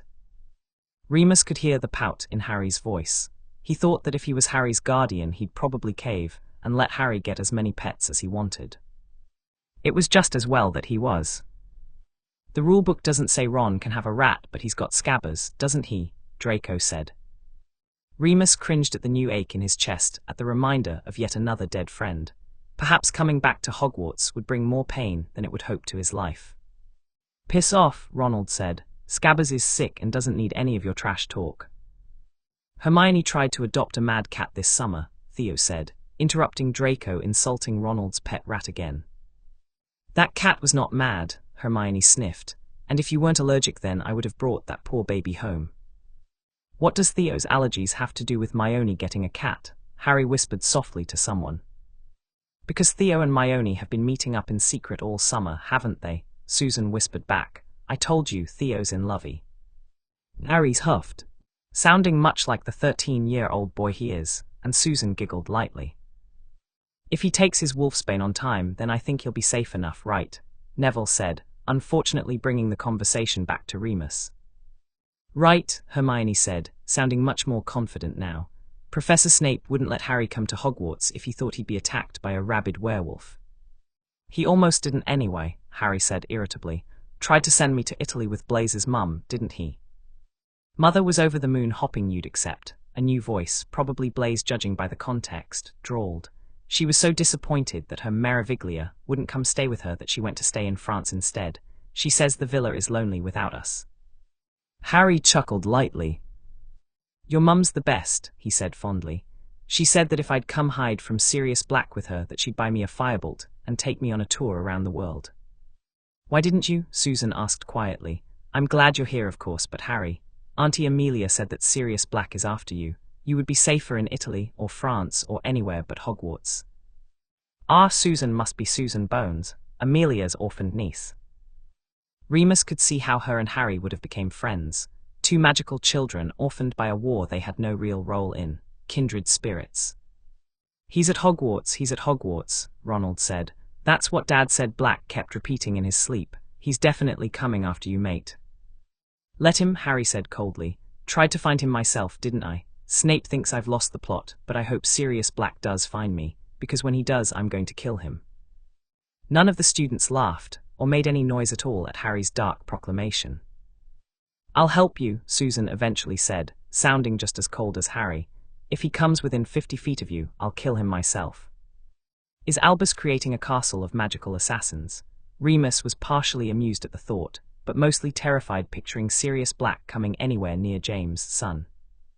Harry won't kill him, Luna said, sounding as airy as she had when she first entered the compartment. Of course he won't, Hermione said, sounding rather pompous in Remus' opinion, but not because of any ridiculous nargles, but because Professor Snape wouldn't let Black anywhere near Harry. Is Severus protective of James' son? Remus could hardly imagine such a scenario, but the Daily Prophet announced Severus' guardianship of Harry, and Albus confirmed it during their meeting over the summer. Plus, this was about the third reference to Severus protecting Harry that the children had made since entering the compartment. That sounded an awful lot like you making fun of Luna, Harry said lightly. Suppose you should probably apologize. Remus would have given anything to see the expression on Harry's face that caused Hermione to swallow and quickly apologize to Luna. Thank you, Harry, Luna whispered quietly to Harry. Anytime, Lou, Harry said. Just as fiercely loyal as you were James, Remus thought fondly. Harry seemed to have inherited the best of both of his parents. Though he wished he could see Harry's reactions to Susan and Luna both, it sounded like he was rather close to both girls. James had fallen in love with Lily at 11 years old. Had Harry fallen for one of these girls? Like father, like son, he grinned. He would keep his eyes peeled for the girls once they entered the Great Hall tonight. Why did Snape tell you about Lupin anyway? Neville asked quietly. I doubt Lupin'll be happy if he knew. He told me ages ago, Harry said. He didn't know that fucking Dumbledore would hire the big bad werewolf to replace Lockhart though, did he? Plus he warned me to stay away from Lupin, said he used to be best friends with my dad and Black. They were arsees in school, acted like big shot bullies, didn't they? And Snape reckons Lupin and Black were in love, so Lupin might be trying to help him stay out of prison. Remus was incredibly grateful his face was out of view, as he could feel his cheeks burning. Had he just been outed by a 13-year-old to a compartment full of students? For the love of Merlin Severus, was there nothing you didn't tell the boy? He was equally furious at Severus, implication that he would be assisting Sirius, as he was embarrassed that Severus was spreading tales about schoolyard tiffs and silly crushes. He wondered how Harry would react if he knew of Severus' obsession with his own mother. And you won't be staying away from Lupin at all, will you? Draco sighed. Nope, gotta find out more about werewolves, don't I? Harry said cheerily, drawing a new smile from Remus. Bets on Harry killing Lupin this year then, Blaise said, causing the other students to laugh, although a few laughs sounded rather hysterical. One galleon he goes the same way as Lockhart, Theo said. Ever going to tell us the truth about Lockhart? Susan asked, her voice sounding suspicious. Gilderoy Lockhart tried to save me from the basilisk, Harry said in a dry tone. He died from the bite, what a brave man. Basilisk? Remus had followed the news closely last year, panicked when he read about Harry being expelled and going missing. How had he not pieced together the information that it had been a basilisk, attacking the students and ultimately killing Gilderoy Lockhart? Suyua, Theo drawled, and we all definitely believe you. Drop it now, Harry said, his voice sounding as cold as the train window Remus was laying against. Anyone want to play poker? Blaise said, easing the tension that Remus could feel filling the now silent compartment. Yes please, Theo agreed, sounding eager. Wanna be my partner Hermione? Thought she already was, Susan giggled. Shut up, Hermione and Theo said simultaneously. Remus settled in for a quiet remainder of the trip as it sounded like the kids paired off to play poker, with only Neville abstaining, saying he didn't understand it and didn't care to learn. It's all strategy, Ronald Weasley muttered. Strategy and cutthroat bluffing tactics, Theo said. Suppose that's why you and Draco are partners. Weasley wouldn't last 2 rounds without me, Draco drawled, sounding just as self-important as Lucius had when he was a 5th-year Slytherin prefect in Remus, first year. Piss off, Ronald said. We arguing or playing cards? Harry laughed. Come on Lou, come be on my team and get the Nargles to help us. No cheating, Hermione cried. Thought you didn't believe in Nargles, Susan asked sweetly. If they aren't real then Harry isn't cheating. Scoot over Blaise, apparently I've been replaced as Harry's best friend. I do love being a second choice, Blaise drawled. Remus imagined that Blaise winked at Susan if her giggle was anything to go by. I haven't replaced you, Harry said, but Luna won't play unless we are partners, right Lou? I always choose the winning side, Luna said in her easily identifiable voice, and Harry's going to win. Remus wished he could go back to his teenage years at Hogwarts. Playing games, arguing, making plans, and flirting had all seemed so vitally important at the time. He would give anything for one more train ride with his own friends. But they were gone, 2 dead at the direct hands of the 3rd. It was unbearable to consider that Sirius had deceived Remus so thoroughly. He had fallen for it, fallen hard for the rebellious plebe who despised the dark arts act. They should have known when Sirius nearly killed Severus, using Remus' own affliction to do so, that he wasn't worth being their friend, wasn't worth ever being more than a friend. But it was too late now. Now all Remus could do was listen, as it sounded like Harry and Luna won their round of poker and plan for the future. Help make sure Sirius received the Dementor's kiss that he deserved, and make sure Harry didn't go anywhere near him. And sleep if he could. Merlin, he was tired. Remus spent an hour or so dozing, as he listened to the students in the compartment whispering, playing games, and laughing. It was an enjoyable enough way to spend the ride, particularly as he kept an ear out for Harry. We can't possibly be there already, Hermione whispered, pulling Remus to attention of the slowing train. Why are we stopping? Susan asked. The train came to a stop with a jolt, and distant thuds and bangs told him that luggage had fallen out of the racks. What's going on? I can't see. Do you think we've broken down? Dunno. Isn't it a magic train? Remus listened to the students whisper different theories, as he tried to remember the train ever stopping before reaching Hogwarts before. There was a squeaking sound, and Remus could sense Luna was shifting around. There's something moving out there, she said. I think more people are coming on. More people? Lupin sat up quickly and saw that the lights had been extinguished on the train. He looked around and was able to perfectly see 8 faces looking confused, nervous, and in the case of the boy who surely must be Frank's progeny, frightened. Lupin couldn't help studying James' son, who was seated directly across from him, safe in the knowledge that the students couldn't hope to see him as clearly as he could them with his clear vision. Harry was not one of the students who was worried about the stopped train. Harry was sitting calmly, twirling something that smelled like silver and copper in one of his hands, and had his lips quirked in amusement. Merlin, he looked like James. Well, no, that wasn't quite true. Remus could pick out features of James that the two shared: his lips, the cut of his jaw, and the color and texture of his hair. And he had some of Lily's features, the exact same color eyes, similar eye shapes, and Harry had inherited her delicate nose. But Harry also had a look that was uniquely him.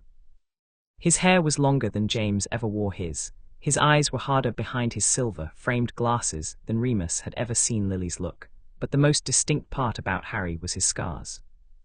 Harry had enough scars that the wolf in Remus was nearly cringing away from the sight. There was a long one down the right side of his face that looked at least 5 years old. He had 2 faint ones on his lips, one on his neck, and Remus was sure that the scars didn't just end where his clothing began. Harry had an almost animalistic aura that easily screamed, "Predator." "Who is this kid?" "Quiet please," Remus said, his voice raspy from disuse. A few of the kids jumped slightly at hearing him, probably nervous that they were unable to see in the dark when their werewolf professor suddenly started talking. "Lumos," Remus said softly, lighting his wand to put the children at ease. "Stay where you are, please." "Don't suppose we have to though, right?" Harry said, causing a few of the kids to chuckle even as they continued shooting nervous glances in Remus' direction. Remus was both amused at the disdain for authority that Harry inherited from James, and irritated that he was being challenged by a 13-year-old before he'd ever officially began teaching. "I will return momentarily," Remus said calmly, deciding to ignore Harry's cheek for now. He got to his feet and inched around the ridiculously packed compartment to get to the door. He would go and make sure the train hadn't actually broken down and find out who authorized additional passengers when there was an escaped convict on the loose. But the door slid slowly open before Remus could reach it. Standing in the doorway, illuminated by the golden light coming from Remus' wand, was a cloaked figure that towered to the ceiling. Its face was completely hidden beneath its hood. Dementors on a train full of students. The Dementor beneath its hood drew a long, slow, rattling breath, as though it were trying to suck something more than air from its surroundings. Remus felt the cold wash over him, and had to swallow down the intensity of it he could feel in his chest. And then a scream shattered the compartment. It was a scream of pain Remus had never heard so intensely before. His eyes flew around and watched as Harry slid onto the floor, after having let out the scream, his eyes rolling back into his head, and was now rigidly halfway curled up into himself, unmoving. "Help him," the blonde boy by the door, Lucius' son, Draco, yelled accusingly towards Remus. Remus turned to the Dementor in the doorway, the one torturing James' son by feeding off his emotions. "None of us is hiding Sirius Black under our cloaks. Go." The Dementor inhaled again, driving another fresh wail of agony from Harry, and a few cries from Neville and the other brunette boy seated beside the witch with bushy brown hair. Remus briefly thought of summer skis, flying through the air on the back of a motorcycle, his arms wrapped around a leather-clad chest. "Expecto Patronum." He watched with satisfaction as his silver wolf chased the Dementor out of the train, before turning his attention back to the students. The majority of the students looked frightened, but unharmed. A couple of the boys were trembling slightly. Only Harry looked to have such a strong reaction. He was now on his side with his knees drawn up to his chest, his head bent down to them, and he wasn't moving. Harry, you're okay, you're okay." A petite blonde, Remus recognized her voice as Luna, was whispering softly, stroking Harry's hair. Wake up now." The train gave a small lurch as it began moving again, the lights flickering back to life. "Allow me," Remus said, kneeling in front of Harry's curled-up body. "Harry," he called, reaching out to lightly shake him. "Don't touch him," the red-haired witch on the other side of Harry, Susan, he reminded himself, recognizing the voice, snapped, slapping his hand away. Had he really just been smacked by a 13-year-old girl? He shouldn't have been surprised. This was the same girl he heard threatening Sirius, life easier. Despite her defense of werewolves to the others, she obviously didn't want a monster like him to touch her best friend. "I'm only trying to wake him," Remus assured her, feeling the weight of 8 sets of eyes on him. "He's just fainted from the exposure to the Dementor. My name is Professor Lupin. I'm your new defense against the dark arts professor, and I can help him," he said gently, "if you could all back away." "Does he look like he's fainted?" A female voice, Hermione he thought, scoffed behind Remus. "He needs a healer." "He needs Professor Snape," Luna said softly, still gently stroking Harry's hair. Remus looked at the rest of the students and saw that they were all staring at Harry, though none of them looked very well at all. He tapered down his fury that a Dementor was allowed on the train and was able to cause the children to all feel its effects. "Here," he said, standing up to grab a couple large Honeyduke's bars out of his briefcase and tossing them to the ginger freckled boy that could only be Ronald Weasley. "Divide these up between you all, please. The chocolate will help with the effects." He looked back down at Harry as Ronald began distributing the chocolate and hesitated. Hermione was incredibly rude, but she was not wrong. Harry's muscles looked tense and rigid, though with a slight tremble to them, not exactly how someone who was still entirely unconscious would look. He actually didn't think he'd ever seen someone respond like this to the Dementors. What did they cause him to relive? "Harry, can you hear me?" he said clearly. "The Dementor is gone." He sighed as Harry didn't respond. He may not still be unconscious, but he was clearly not alert or oriented to his surroundings. "I'm going to go see how far from Hogwarts we are," he told the other students. "I can take Harry to the hospital wing when we arrive." None of them responded, still staring at their friend with large, frightened eyes. Remus excited to the train corridor and summoned his Patronus quickly. At least one Dementor was on the train and caused a student to faint. He is now awake but is having some type of fit from the expose. I will bring him directly to you when we arrive. He hesitated, still irritated with Severus, before he sighed and added, "Alert Severus that it is his ward." After sending it off, he quickly made his way to the front of the train, checking on students as he went. When he returned to the compartment, he was concerned to see that James' son was still in the same position, and the other children looked just as worried as he himself was. "How far are we?" a dark-skinned boy, the one who said his mother would miss Harry Blaze, demanded immediately, his golden eyes fixed on Harry in the corner. "We should be arriving any minute," Remus said. He took a moment to study the odd assortment of children crowding the compartment. 5 of the boys, Harry included, had on Slytherin green robes. Frank's son, Neville, wore the Gryffindor crest on his chest. Susan, who was now rubbing gentle circles on Harry's unresponsive back, seemed to be the only student in Hufflepuff yellow. The thin blonde, Luna, who was on Harry's other side still whispering soothing sentiments in his ear and stroking his hair, was wearing the Ravenclaw uniform, as was Hermione, who was clutching the hand of the brunette Slytherin boy. They all seemed fairly close, if the way they were huddling together was any indicator, but Remus couldn't imagine what drew together such a queer assortment of children. He felt the train beginning to descend to a stop, and stepped towards Harry. "Harry," he tried again, "we're at Hogwarts, can you hear me?" When there was still no response, Remus sighed, resigned to having to carry him up to the hospital wing. "Ladies, if you would please back up. I'm going to carry Harry up to see Madame Pomfrey. She'll get him fixed up quickly," he said kindly. "I don't think so," Susan said in a scathing voice. "You aren't carrying him anywhere." Remus liked children. He thought they were refreshing to be around and brought hope to the world. But Harry's friends were beginning to give him a headache. "I don't think he's in any condition to walk," he pointed out, as patiently as he could. "Madame Pomfrey can come to Harry," Blaze said from behind him.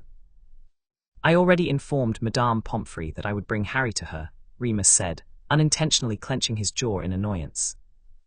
"Now you'll need to tell her there's been a change in plans," Draco said.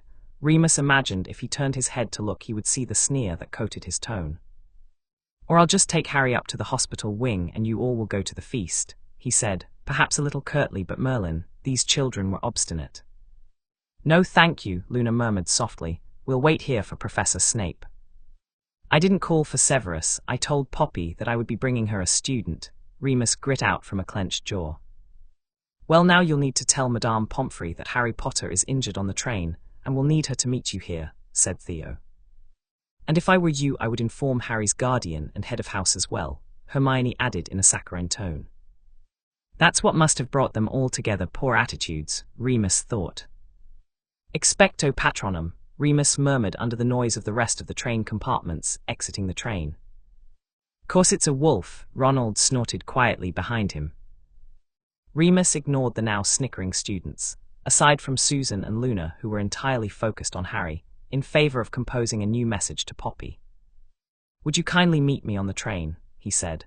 He glanced around at the snickering students and mentally rolled his eyes as he said, "There's been a complication with bringing the student, Harry Potter, to you." "And bring Professor Snape," Neville said.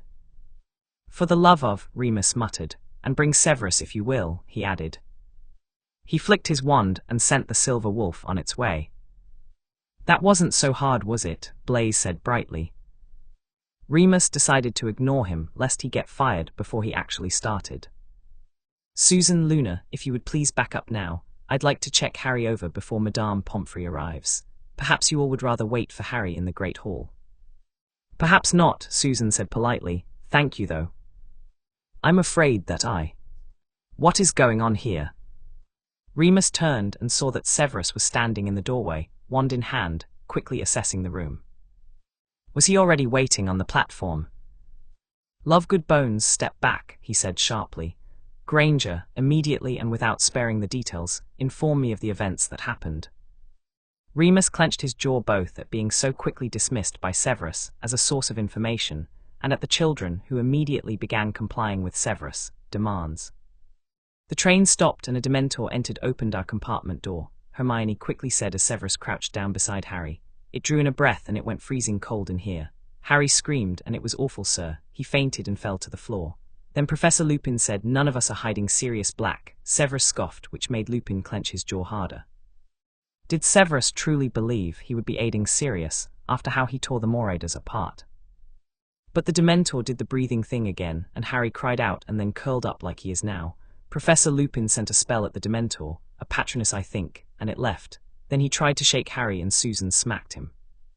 Severus gave Susan an approving look as he waved his wand over Harry a few times, quickly reading over what Lupin assumed was a diagnostic report. He said he was going to carry Harry up to the castle, and we told him to bring you and Madame Pomfrey to us instead, Hermione finished quickly. Excellent work, Severus murmured, 10 points to each house. Remus thought it was a bit biased of Severus to award the students for arguing against his every word. Severus might be making the wolfsbane, but he's going to do his best to make this job miserable, Remus thought. Typical. Severus flicked his wand, casting a non-verbal Patronus, and Remus was shocked to see its form. He could have sworn it was a doe when he had seen it before during order meetings. Poppy, I have Potter, your expertise is unneeded, though you may wish to inform the elves to serve hot cocoa with dinner, as there was a Dementor entering compartments. After sending off the fox, Severus turned to the huddled group of students. I would appreciate you all going to the feast.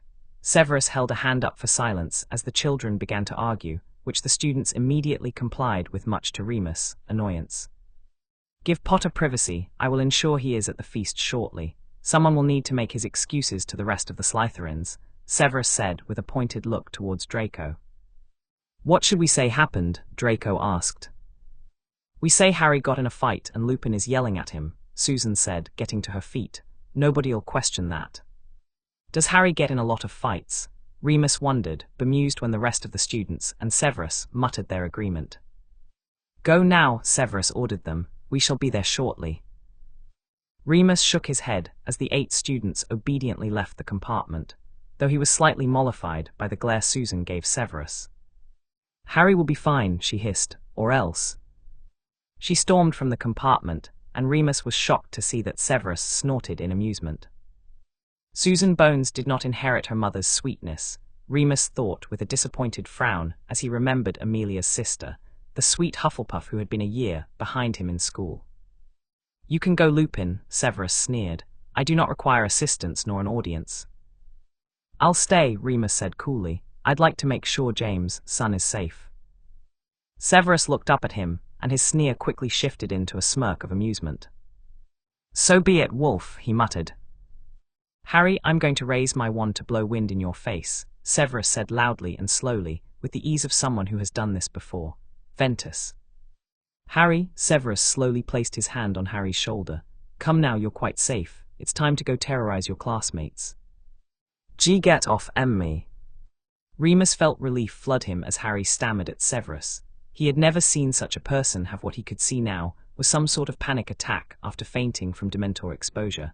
He had been rather worried about him. Do you know where you are? Severus asked, in what Remus was dumbstruck to hear was a gentle tone. It's cold, Harry said. That wasn't the question, brat. Probably the F-fucking train, Harry stuttered quietly, finally lifting his head from his knees. What happened? Language, Severus said, though not unkindly nor as if he actually cared. What do you recall? Got cold, then Harry abruptly cut himself off and stared at the floor. A Dementor opened your compartment door, Severus said calmly. They oftentimes pull up your worst experiences to feed off those negative emotions. I would be surprised if you did not hear or relive some type of terrible moment from your life, as all perfectly sound-minded people do. Remus thought it was awfully kind of Severus to immediately assure Harry that his reaction had been normal, even if Harry had one of the most extreme reactions Remus had personally ever seen. In what world is Severus Snape kind to James Potter's son? Remus must have looked as surprised as he felt because as Harry glanced around the compartment, his eyes red-rimmed and flickering quickly, he stopped on Remus and curled a lip in his direction. What's he doing here? Harry said to Snape, though glaring at Remus with his bloodshot eyes. Being incredibly annoying, Severus muttered, giving Remus his own cool look of dislike. Hello Harry, my name is Lupin, I know, Harry said coolly, shakily getting to his feet. Remus pulled a chocolate bar out of his suitcase and offered it to Harry with what he hoped was a kind smile. Here, this will make you feel better. Not a chance, Harry said flatly, eyeing the chocolate as if Remus had put poison in his face. It's not poisoned, Remus chuckled, I swear. Not poisoned or charmed to make my skin sparkle or any other daft prank, Harry asked with another narrow-eyed look. Damn you, Severus, Remus thought for the 10th time since boarding the train. Remus and his friends had pulled that exact prank on the Slytherin table before, charmed all their food to cause their skin to sparkle brightly for 24 hours. Clearly Harry was aware of it, if the withering look he was giving Remus was any indicator. It's not, Remus said, clinging to his last bits of patience. It's just chocolate. Your friends all had a piece and are perfectly fine. You let them eat something from him, Harry cried, giving Severus an accusing look. I did not, Severus said calmly, rising to his feet and gesturing to the door. I believe they must have decided to be idiots all on their own. Shall you go check on their welfare, or would you like to spend the night in the hospital wing, terrorizing Poppy with your insolence? Check on them, sir, Harry said, quickly grabbing his bag and making for the compartment door. Severus, you know that I didn't poison any students, Remus growled, offended at the mere thought. Harry spun around quickly and took a small step closer to Remus. Don't talk to him like that, he said. He's not the stranger handing out candy to kids, is he? I do not require your defense, Potter, Snape drawled with a smug look towards Remus. Go find your friends and reassure yourself of their continued good health. Harry glared at a completely stunned Lupin for a few tense seconds before he turned on his heel, stepped out of the compartment.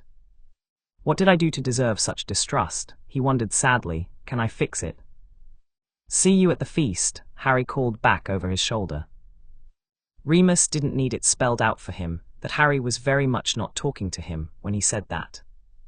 Severus, what the hell? Remus said quietly, holding the other man back before he made to follow Harry. You told him about my problem. Severus gave Remus a bored look as he answered. I told Potter about my own school days ages ago, Lupin. I had no idea at the time that Albus would ever consider you for a position here amongst the staff. Harry's told half the third years, Remus said. How are any of them going to trust me knowing that? Severus gave Remus a terrifyingly amused smile. You mean Potter, right? You want Potter to trust you? Severus snorted. Join the queue. Remus followed behind Severus up to the castle, and his joy at returning to Hogwarts was clouded by a continuous disappointing thought in his head. Harry isn't much like James after all. Though maybe Harry would give him a chance to get to know him and Remus would discover who exactly James' son is. Surely if Harry built some sort of relationship with Severus, then he could build one with Remus. Simple. Chapter 6, Duels, Dogs and Dumb Teachers. As Harry walked up to the castle, enjoying the silence and the cool night air, he made an important decision. When he was Minister of Magic, he'd get rid of Dementors. There had to be a better way to secure the prison. In fact, since Sirius Black was able to escape, clearly the Dementors weren't doing their job properly at all anyway. Harry still felt pathetic and weak and shaky from being around one for less than a minute. How did inmates like Black survive for over 10 years? If he closed his eyes, he's sure he could still hear the screams of the woman he thinks might be his mum. He can still hear his own pathetic cries from the cupboard. can still hear the taunts and insults hurled at him on the streets. Worthless. He tells Susan to make that their first priority once they're in charge of the ministry, stamp out the entire race of Dementors. He hates feeling like this. Vulnerable. Weak. He put on his "I'm so bored, and I don't care about anything" mask before opening the doors to the Great Hall. Just because he felt miserable doesn't mean anyone else would get to see it. Weakness will get you killed. He defiantly lifted his chin when everyone in the hall turned to look at him. Ignore them, ignore them, ignore them. Harry kept his eyes hooded and uncaring as he quickly made his way to his friends. Hey, he murmured, sliding into his regular spot. Susan silently raised a brow at him. I'm fine, he said quietly in response to her obvious question. I miss anything? Nope, Ron said with a wide smile. Food just popped up and Dumbledore hasn't introduced Lupin yet. He's still alive. Harry gave Ron a small grin. He was just so unflappably straightforward. When I left he was, but who knows what Snape's up to. Snape wouldn't kill Lupin just for bullying him in school, Draco said, rolling his eyes at Harry and Ron both. Harry exchanged glances with Hermione, Neville, and Luna. Only someone who hadn't been a target for bullies would think something daft like that. Guess Draco's right, Susan said, subtly pointing where Snape and Lupin were now coming through the staff entrance. Shame. Are we actively rooting for Lupin's death? Harry asked curiously, loading his plate up with food. Susan's always rooting for someone's death, Neville muttered. I wasn't, said Susan. I thought it would be interesting considering who he is to talk more with him, but then he tried to shake Harry, and now I'm sort of looking forward to the defense curse killing him. He tried what? Harry demanded just as Ron asked, what curse? Lupin was trying to wake you up after you. Well, you know, Hermione grimaced. Weak. Susan smacked him, Luna said. I don't think he'll try again. You're fearless, Harry told Susan, impressed. She just stuck her tongue out at him and put another roll on his plate. And there's a curse on the defense position. Nobody lasts longer than a year. Everyone knows that, Weasley, Draco explained. I think that's just gossip, Hermione said. I think Harry's the bloody curse, Theo said. Killed Quirrell and drug Lockhart down to the chamber never to return, didn't he? Harry just shrugged and took a bite of his potatoes while everyone looked at him. Snape might be the curse this year, look at him, Ron said. They looked up at the head table and saw that Snape was alternating between glaring at Lupin and flicking his eyes towards Harry. Harry scowled at him. Weak. Here we go, Blaise whispered, pointing towards Dumbledore, who was rising to his feet, just as the last of the dessert dishes popped away. Welcome, said Dumbledore, the candlelight shimmering on his beard. Welcome to another year at Hogwarts. I have a few things to say to you all, and one of them is very serious. I would appreciate your complete attention. Dumbledore cleared his throat and continued. As you will all be aware after their search of the Hogwarts Express, our school is presently playing host to some of the Dementors of Azkaban, who are here on Ministry of Magic business. Brill, Harry groaned. He hates Dementors, so of fucking course Dumbledore let them on the grounds. He wasn't sure which he hated more in that moment, Dumbledore or the Dementors. Faster we find Black the sooner they leave, Susan whispered reassuringly in Harry's ear. They are stationed at every entrance to the grounds, Dumbledore continued, and while they are with us, I must make it plain that nobody is to leave school without permission. Dementors are not to be fooled by tricks or disguises, or even invisibility cloaks. It is not in the nature of a Dementor to understand pleading or excuses. I therefore warn each and every one of you to give them no reason to harm you. I look to the prefects and our new head boy and girl to make sure that no student runs afoul of the Dementors, he said. Dumbledore paused again. He looked very seriously around the hall, and nobody moved or made a sound. On a happier note, he continued, I am pleased to welcome 2 new teachers to our ranks this year. First, Professor Lupin, who has kindly consented to fill the post of Defense Against the Dark Arts teacher. There was some scattered, rather unenthusiastic applause. Harry and his friends didn't clap at all. He looks terrible, doesn't he? Blaise said, drawing the group's attention to Lupin's shabby appearance. Full moon was last night, you'd look rough too, Hermione said back. As to our second new appointment, Dumbledore continued as the lukewarm applause for Professor Lupin died away. Well, I am sorry to tell you that Professor Kettleburn, our Care of Magical Creatures teacher, retired at the end of last year in order to enjoy more time with his remaining limbs. However, I am delighted to say that his place will be filled by none other than Rubeus Hagrid, who has agreed to take on this teaching job in addition to his gamekeeping duties. A few of Harry's friends clapped politely, but Harry kept his hands firmly on the table. He wasn't going to cheer for the giant man who dropped him off in Surrey last December on Dumbledore's orders with nothing more than a cheery farewell. And now I want to wish you all a good night, good rest, and a good first day of classes tomorrow, Dumbledore called with a smile out towards the students. You guys want to place any bets before we go to the dorms? Draco asked Susan and Neville. On what? Neville asked. Duels, Ron said, pulling a parchment out of his robe pocket. Duels are tonight. Harry perked up almost immediately. How could he have forgotten?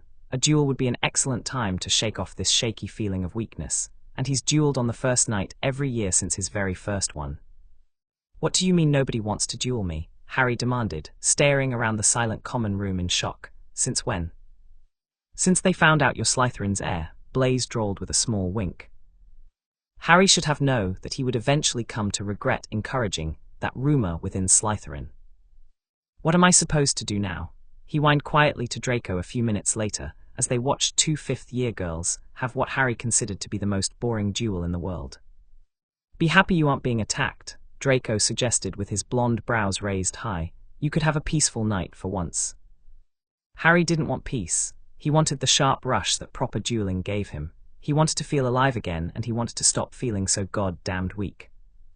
Or you could challenge someone, Ron suggested. You don't have to wait around for someone to challenge you. Oh, duh. Cheers, Ron, just for that you can be my second. Harry smiled at the suddenly pale Ron. Let's give Ron a break. I don't think he's recovered from last year, Theo said hastily. How about I'll be your second? Harry shrugged, already eyeing the older students scattered around the back of the common room. Doesn't matter to me, it's just for show anyway, yeah. Who should I pick? He said. Challenge a seventh year if you even want to pretend to have a challenge, Blaise said. But none of them have done anything to me, Harry murmured. Well, maybe Flint. He was a prat before I made the team. Not Flint, Draco said quickly. If you attack the Quidditch captain, do you really expect to stay on the team? Challenge Pusey, Ron said, pointing where one of their beaters was standing next to one of the chasers on the team, Warrington. He's in Newt defense classes, so he shouldn't be too easily beaten, and he's a good sport. Good thinking, Weasley, Draco said. I'll go tell him Harry wants a challenge so he doesn't hold it against him during practice. Draco, Harry hissed as Draco walked towards Pusey, having suddenly had an ingenious idea. Yeah, Draco glanced at Harry just as the other duel winner was being announced. Tell Warrington too, he grinned. No rules against challenging two people, right? Oh, you want to duel two seventh years? Theo yelped quietly as Draco laughed and moved quickly to the older student's side. Why not? Harry shrugged. I dueled Fred and George last year, did I? They were fourth years, Ron pointed out. And they were easy. This'll actually be fun. Quit arguing and move, Weasley, Blaise grinned. We have gold to make. Next challenger, Cassandra Owens, the female seventh-year prefect, called from the front of the room. Harry stepped forward quickly, excited now to prove his strength to himself. I challenge Adrian Pusey. He paused for a dramatic moment before adding, and Cassius Warrington. Draco was probably rubbing off on him, but the gasps of surprise made Harry preen slightly. Can he do that? Owens whispered to Flint, the male seventh-year prefect. You gonna tell him no? He muttered back. Or come on, Potter, we don't want to hurt our seeker, Pusey said with a small grin as he stepped forward. Why does everyone always think they're going to win? Draco snickered. It's like they've never seen Harry duel before. I dunno, Dre, they might. I've never dueled two seventh years at once before. Harry blinked up innocently at the older boys, but I mean if you guys are scared. We accept, Warrington grunted, stepping up beside Pusey. Okare, Owens said, frowning at the deviation from the norm. Volunteer for seconds. I'll be Harry's second, Theo offered immediately. Pusey and Warrington looked hopefully at Flint, who scowled and shook his head. He's playing you, he said flatly, and Slytherin can't afford to be down 3 players. I'll do it, Blaise offered. It's just for show, right? He winked at Harry. Harry shrugged, enjoying the way Blaze seemed slightly panicked at his non-response. Everyone back up, Owens called to the room. Potter, Pusey, Warrington positions. Harry stepped to the opposite side of the two boys, who were strategizing quietly. Ready. Pusey and Warrington stepped apart and took up the standard dueling position. Harry just flexed his hands and grinned. The dome was already up, so they couldn't back down now. Go. Harry laughed as he had to immediately duck from a silently shot spell. Thought you didn't want to hurt me. He grinned at Pusey as he began lobbying his own spells towards the quickly moving pair. Just don't want you to mess up my pretty face, he said, sending something red towards Harry's knees. Harry smiled as he had to duck, dodge, and return spells quickly to the competent pair. He decided he'd only challenge 7th years from now on. It was much more exciting to see spells flying towards him and having no idea what they would do. This is the rush he hasn't been able to find lately. He quickly figured out what the duo's strategy was. Pusey was sending out the offensive spells with Warrington, was maintaining shields, and dispelling Harry's curses when he could. Which meant Warrington needed to be taken out first. Attack Pusey quickly so that Warrington drops his own shield to protect him, then take out Warrington, he mentally planned. Harry danced slightly closer to Pusey, offering himself as an easier target. Pain, cuts, bruises, Harry ordered his magic. He wasn't expecting Warrington's defense. His vision was suddenly clouded by smoke, and he felt himself stumble as the stone floor seemed to shake. Pusey took his opportunity to send something at Harry that caused him to yelp in surprise as he felt his forehead slice open. Heal quick, fucking heal. Harry had to step back quick in order to dodge more effectively, while his magic healed his forehead. He snarled towards the pair, still unable to see them. Hide-and-go-seek is for first years, he said. Clear the smoke quickly, wind, lots of wind. The other boys were suddenly visible, as Harry's frantically instructed magic went slightly haywire and caused a windstorm in the dome strong enough that Warrington fell backwards. His wand now levitate him in place. He caught Warrington's wand and tossed it behind him to focus on Pusey, who was now moving twice as fast as he had before. You're pretty clever, Pusey said, sending multiple spells at once. Don't suppose you want to give up and be allies, do you? You made me blade, Harry said deadpan, dispelling the incoming curses quickly. No chance. He thought Warrington's trick of shaking the ground was an excellent one, and decided to try something like it himself. Blow up the ground behind him. Pusey glanced behind him as the mild explosion caused stone debris to his legs. Harry quickly considered how pissed Flint would be if he took the fingers off their beater and frowned when he realized the answer would probably be very. He didn't really care to piss off Flint, but he liked flying and wanted to stay on the team with Draco. Cut his leg, I guess, deep though.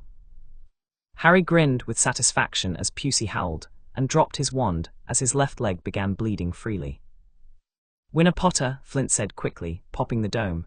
Stop, you win Potter, he said as Harry made to move closer to Pusey. I'm not replacing my team so you can prove you're the toughest guy in the room. Fair enough, Harry shrugged, if Pusey and Warrington admit it. He smiled innocently at the two boys as they both quickly agreed. Do you want to challenge their second? Owens offered. Harry looked curiously at Blaze for a moment. Don't you dare, Potter, we are allies, Blaze hissed, sounding appropriately nervous in Harry's opinion. Now maybe next time, Harry laughed. Dementors be damned, if Harry can feel this strong after a duel, he'd find a way to take care of them as well. Harry was still feeling pleased with himself when he sat down next to Susan at breakfast the next morning. You look happy, she said. You sound suspicious, Harry responded with a roll of his eyes. Guess he won his duel then, Hermione asked Theo. The day Harry loses a duel, I'll eat one of Goyle's socks, Theo said, rolling his eyes at Hermione. Harry hummed as he poured himself a cup of coffee. He had no intention of telling Theo, or anyone, that for a few panicky seconds last night he was afraid he was going to lose. New schedules, Luna said brightly, handing the parchments down the table. Why do you have our schedules? Draco asked. You're not a Slytherin, you're not even a third year. Professor Snape just handed them to me, Luna shrugged easily. I think he likes me the best. Harry nearly choked on his toast at the look on Draco's face. "Don't be ridiculous," Ron said with a smirk. "We all know Harry's his favorite." "I'm his godson," Draco pouted. "Maybe I'll ask to be his goddaughter," Luna said innocently as she scooped up a bite of eggs. "I'm sure he'll say yes." There were a lot of things to like about Luna Lovegood, and her wicked ability to take the mickey out of someone, without seeming to do more than make innocent remarks, was probably one of Harry's favorite things about her. "You're the best, Lou," he said as everyone laughed at Draco's gobsmacked expression. "I know," she grinned. "Ooh, Theo, we have more classes in common now," Hermione squealed excitedly, comparing her and Theo's schedules. "Look, now we have charms, arithmancy, runes, and care of magical creatures together." "I thought you were going to take Muggle studies with me," Neville asked Theo. "No point," Theo shrugged. "Hermione can tutor me for the newt." Harry glanced at Susan's schedule, more to distract himself from the gross soppy eyes Hermione and Theo were making at each other than anything else, but frowned at what he saw. "You picked arithmancy and runes." "Sure did," Susan said brightly, clearly not seeing the flaw in that plan. "But I took divination and creatures," Harry told her. "We were sitting side by side when we picked them." "I know," Susan said. "That's why I picked runes and arithmancy." "What the fuck?" Harry hissed at her in Parseltongue so she wasn't too mad, even if her eye roll meant she had guessed accurately at his meaning. He didn't actually want to fight with Susan, but he couldn't help the twinge of betrayal he felt at her words either. Why would she purposefully pick classes just because Harry wouldn't be in them? "Quit hissing at me, you idiot," she said. "It'll suck not having our extra classes together, but I was thinking we need to make sure we know as much as possible for when you're minister, right? And how can we do that if we took all the same classes? So you learn about creatures and prophecies, I'll learn about arithmancy and runes, you can teach me Muggle stuff, and together we'll have the combined knowledge of all 5 electives." "That's genius," Hermione breathed. "That's terrifying," Draco corrected her. "It's brill," Harry said, giving Susan an apologetic half-smile. Susan stuck her nose in the air pompously. "I know," she said. "We've got the same classes, mate," Ron said with an easy smile. "Look, identical schedules." The rest of the group, except Luna, who was a year behind the rest of them, compared their schedules. Almost all of them had chosen care of magical creatures, with the exception of Neville, Blaise, and Susan. And only Harry, Ron, Neville, and Blaise had chosen divination. "It's a crock subject, everyone in Ravenclaw says so," Hermione said. "Tell that to the prophecy in my trunk," Harry said. Hermione still looked skeptical, but Theo assured her they could self-study for that course as well. The hall was starting to empty as people headed off toward their first lesson. Ron checked his course schedule. "We'd better go look divination at the top of North Tower. It'll take us 10 minutes to get there." They finished their breakfasts hastily, said goodbye to the rest of their friends, and walked back through the hall. The journey through the castle to North Tower was a long one. Luckily, Harry knew a shortcut that he'd learned from following Snape around for private chats last year, and was able to lead them to the spiral staircase where Snape had mentioned Trelawney's class was once before. They climbed the last few steps and emerged onto a tiny landing, where most of the class was already assembled. There were no doors off this landing, but Ron nudged Harry and pointed at the ceiling, where there was a circular trapdoor with a brass plaque on it. "Sybil Trelawney, divination teacher," Neville read. "How are we supposed to get up there?" As though in answer to his question, the trapdoor suddenly opened, and a silvery ladder descended right at Harry's feet. Everyone got quiet. "After you," said Blaise, smirking, so Harry climbed the ladder first. He emerged into the strangest-looking classroom he had ever seen. In fact, it didn't look like a classroom at all, more like a cross between someone's attic and an old-fashioned tea shop. At least 20 small, circular tables were crammed inside it, all surrounded by chintz armchairs and fat little poofs. Everything was covered in gauzy scarves, and there were about 1,000,000 candles lit up across the room. It felt hotter than any other part of the castle did, and the smell from the candles was overwhelming. Harry thought it was the most ridiculous and uncomfortable classroom he'd ever been in. Ron appeared at Harry's shoulder as the class assembled around them, all talking in whispers. "Where is she?" Ron said. A voice came suddenly out of the shadows, a soft, misty sort of voice. "Welcome," it said. "How nice to see you in the physical world at last." Professor Trelawney moved into the firelight, and they saw that she was very thin. Her large glasses magnified her eyes to several times their natural size, and she was draped in a gauzy spangled shawl. Innumerable chains and beads hung around her spindly neck, and her arms and hands were encrusted with bangles and rings. "Sit, my children, sit," she said, and they all climbed awkwardly into armchairs or sank onto poufs. Harry, Blaise, Neville, and Ron squeezed themselves around the same round table. "Welcome to divination," said Professor Trelawney, who had seated herself in a winged armchair in front of the fire. "My name is Professor Trelawney. You may not have seen me before. I find that descending too often into the hustle and bustle of the main school clouds my inner eye." "Snape says it's because she's a drunk," Harry muttered to his friends, who chuckled quietly.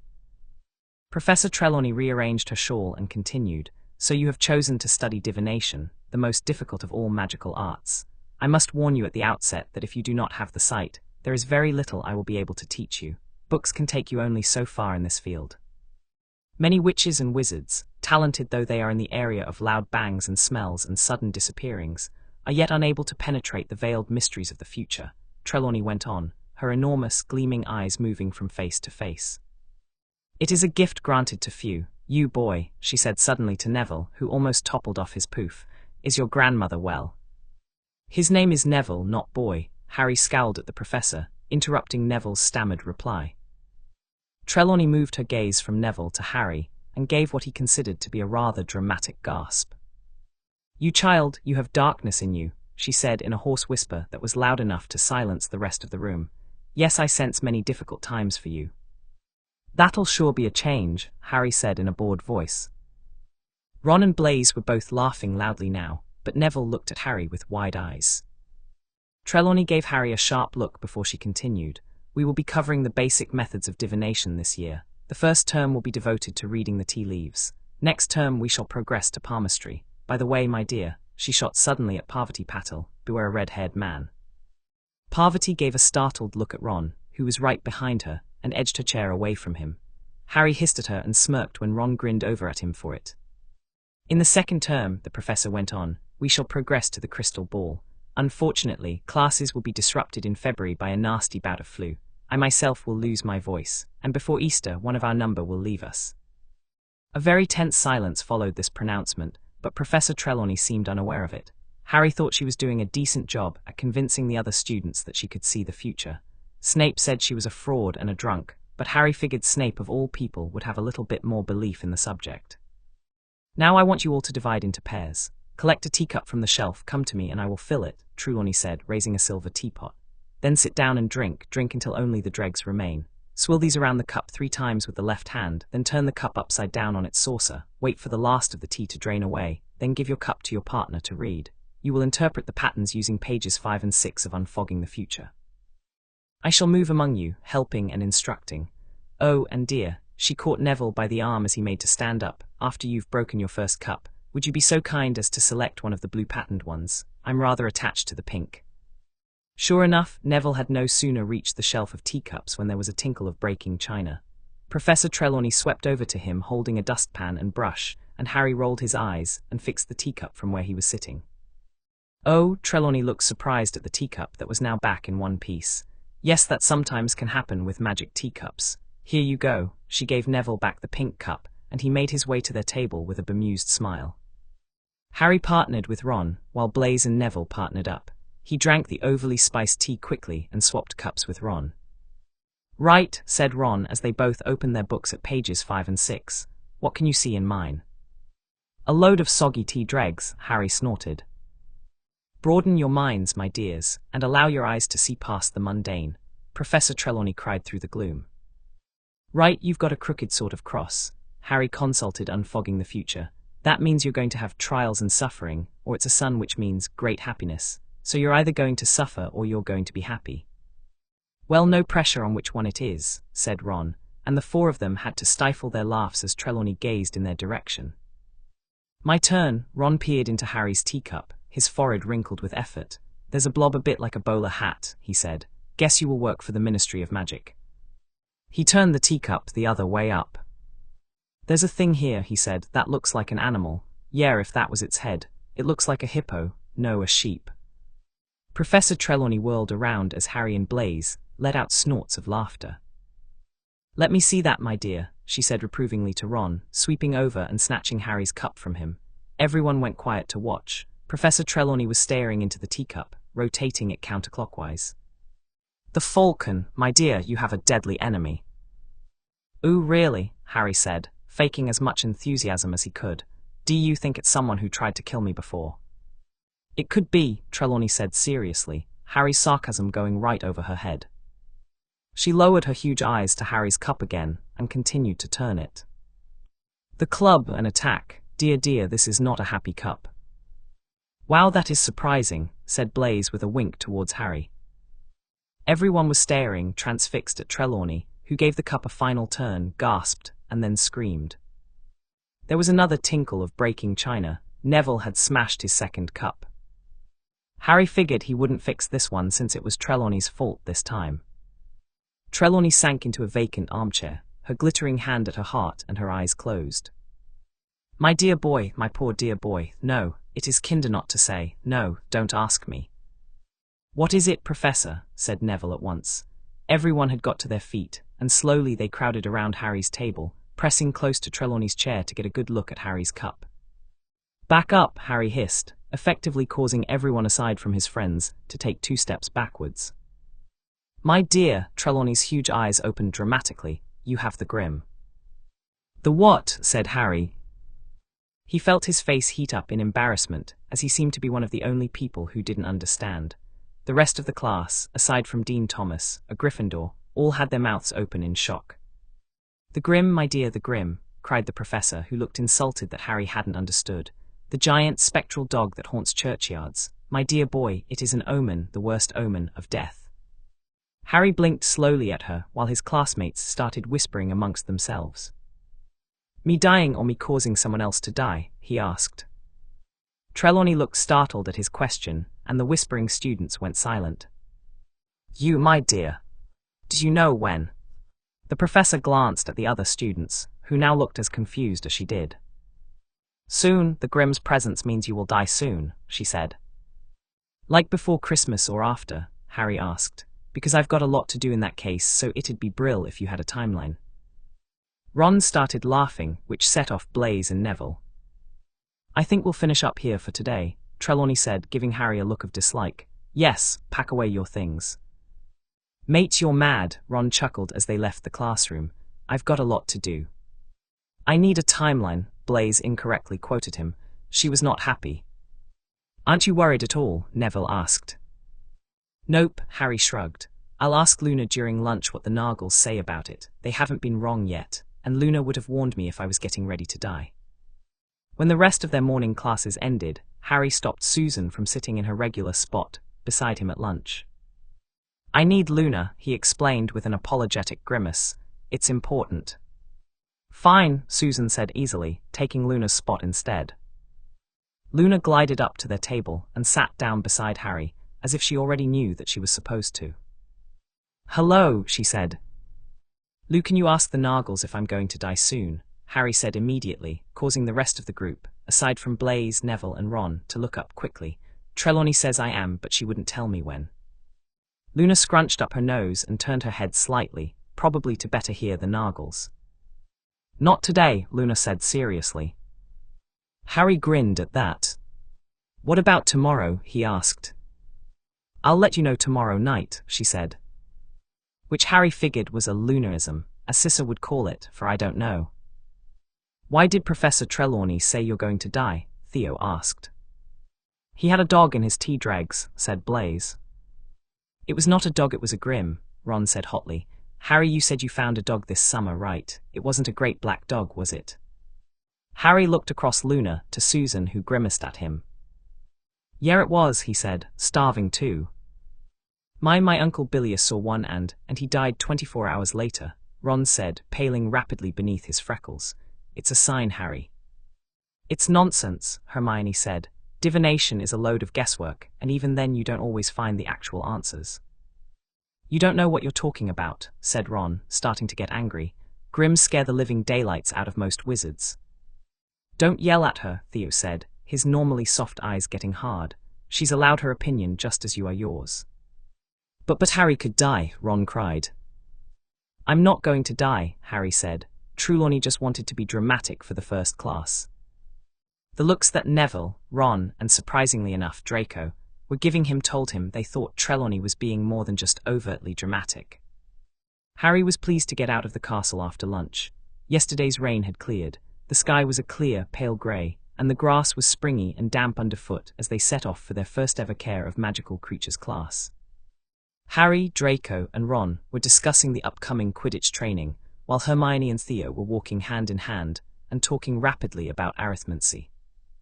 The Professor Hagrid was waiting in front of his hut on the edge of the grounds, with a large brown dog situated at his feet. As Harry and his friends gathered around with the rest of the class, the dog picked its head up and growled lightly at him.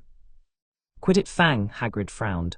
"Sorry about that, Harry. Fang here's usually a good judge, character."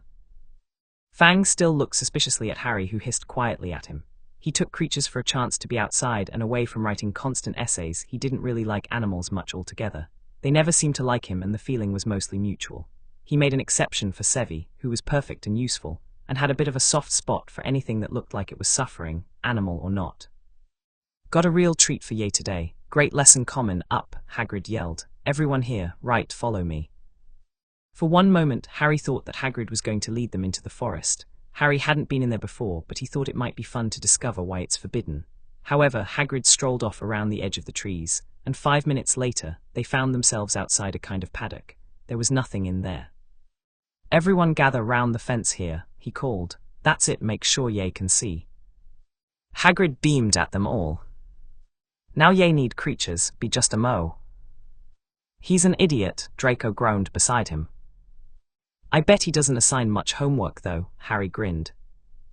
Trotting toward them were a dozen of the most bizarre creatures Harry had ever seen.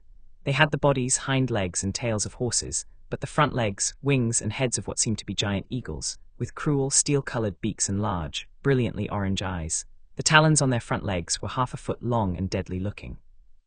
Each of the beasts had a thick leather collar around its neck, which was attached to a long chain, and the ends of all of these were held in the vast hands of Hagrid, who came jogging into the paddock behind the creatures. "Gee up there," he roared, shaking the chains and urging the creatures toward the fence where the class stood. Everyone drew back slightly as Hagrid reached them and tethered the creatures to the fence. "Hippogriffs," Hagrid roared happily, waving a hand at them. "Boeyful Aaron they." Harry glanced at Draco, who was gazing at the hippogriffs in a similar way to how Theo looked at Hermione, and snorted. If Harry had taken the class solely just to avoid writing out lengthy homework, Draco would have taken it even if it required daily essays. "So," said Hagrid, rubbing his hands together and beaming around, "if ye want to come a bit nearer." No one except Draco seemed to want to. Harry, Ron, Hermione, and Theo reluctantly stepped forward after Draco quickly had. "Now first thing ye gotta know about hippogriffs is they're proud," said Hagrid. "Easily offended, hippogriffs are. Don't never insult one, 'cause it might be the last thing ye do." "Sounds like Harry," Ron muttered to Draco. "What?" Draco shook his head and looked at Ron. "He said don't ever insult them or they might kill you. I said it sounds like Harry," Ron repeated. "You're such a swot for animals, mate." Draco punched Ron on the arm before quickly turning his attention back to the hippogriffs. "Ye always wait for the hippogriff to make the furs move," Hagrid continued. "It's polite, see. Ye walk toward him and ye bow and ye wait. If he bows back, ye are allowed to touch him. If he doesn't bow, then get away from him sharpish, 'cause those talons hurt." "Right, who wants to go first?" Most of the class backed farther away in answer. Even Draco looked like he suddenly had misgivings about the animals. The hippogriffs were tossing their fierce heads and flexing their powerful wings. They didn't seem to like being tethered like this. "No one," said Hagrid with a pleading look. When nobody answered, the large man looked around the students before a fucking course, landing on Harry. "We'll just let Harry show us," he boomed with a broad smile. Harry honestly had no idea what he's ever done to make Hagrid think they're friends. Maybe Hagrid thought Harry unwittingly clearing his name as the person who opened the Chamber of Secrets meant they were friends or something.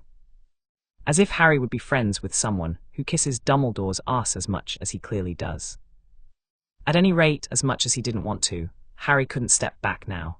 He'd rather be mauled by a hippogriff than look weak in front of all these students. "All right then," he said simply, clenching his fists to hide his discomfort. There was an intake of breath from behind him, and both Lavender and Parvati whispered, "Ooh, oh no, Harry, remember your tea leaves." Harry hissed at them, irritated by their reminder. He climbed over the paddock fence and stepped closer to Hagrid, though far enough away in case he needed to get out quick. "Good man, Harry," roared Hagrid. "Right then, let's see how ye get on with Buckbeak." He untied one of the chains, pulled the grey hippogriff away from its fellows, and slipped off its leather collar. The class on the other side of the paddock seemed to be holding its breath. Draco's eyes were narrowed with what Harry assumed was jealousy. "Should have volunteered then." "Easy now, Harry," said Hagrid quietly. "Ye have got eye contact, now try not to blink. Hippogriff's don, trust ye if ye blink too much." Harry's eyes immediately began to water, but he didn't shut them. Buckbeak had turned his great, sharp head and was staring at Harry with one fierce orange eye. "Thaw it," said Hagrid. "Thaw it, Harry, now bow." Harry wasn't going to bow. He didn't do it to other Wixen, he wouldn't do it to a damn bird. He jerked his chin downwards quickly, the most of a bow that the hippogriff would get from him. The hippogriff reared up on its back legs and let out a screech. "Ah," said Hagrid, sounding worried. "Right, back away now, Harry, easy does it." Harry scrambled backwards as quickly as his pride would let him. "Okay, who else wants a go?" Hagrid nervously asked the wide-eyed class. The rest of the class, led by Hermione and Theo, slowly started climbing cautiously into the paddock. Hagrid untied the hippogriffs one by one, and soon people were bowing nervously, all over the paddock. Hermione and Ron were practicing on a chestnut one while Harry stood back and watched Draco and Theo work with Buckbeak. "You're not so scary, are you?" Draco was crooning, patting the large beak fondly. "You just don't like Harry because he's scary, isn't that right?"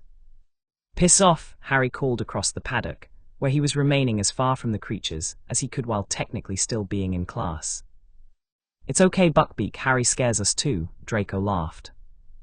It happened in a flash of steely talons. Draco let out a high-pitched scream, and next moment, Hagrid was wrestling Buckbeak back into his collar as he strained to get at Draco, who lay curled in the grass, blood blossoming over his robes. Harry ran quickly to his side, elbowing people out of his way. "I'm dying," Draco yelled as the class panicked. "I'm dying, look at me, it's killed me." "You're not dying," said Hagrid, who had gone very white. "Someone help me, gotta get him out of here." Hagrid bent down as if to lift Draco up, and Harry scowled at him. "Are you a wizard or not?" He bent down beside Draco and carefully rolled his sleeve back. "You're not dying, quit whining, you're embarrassing yourself. You sound weak," he hissed quietly to Draco so no one else could hear him. Harry saw that there was a long, deep gash on Draco's arm. Blood splattered the grass around where he was laying. "Want me to fix it?" Harry asked, hesitating with his hand over Draco's arm. Draco just nodded silently at him.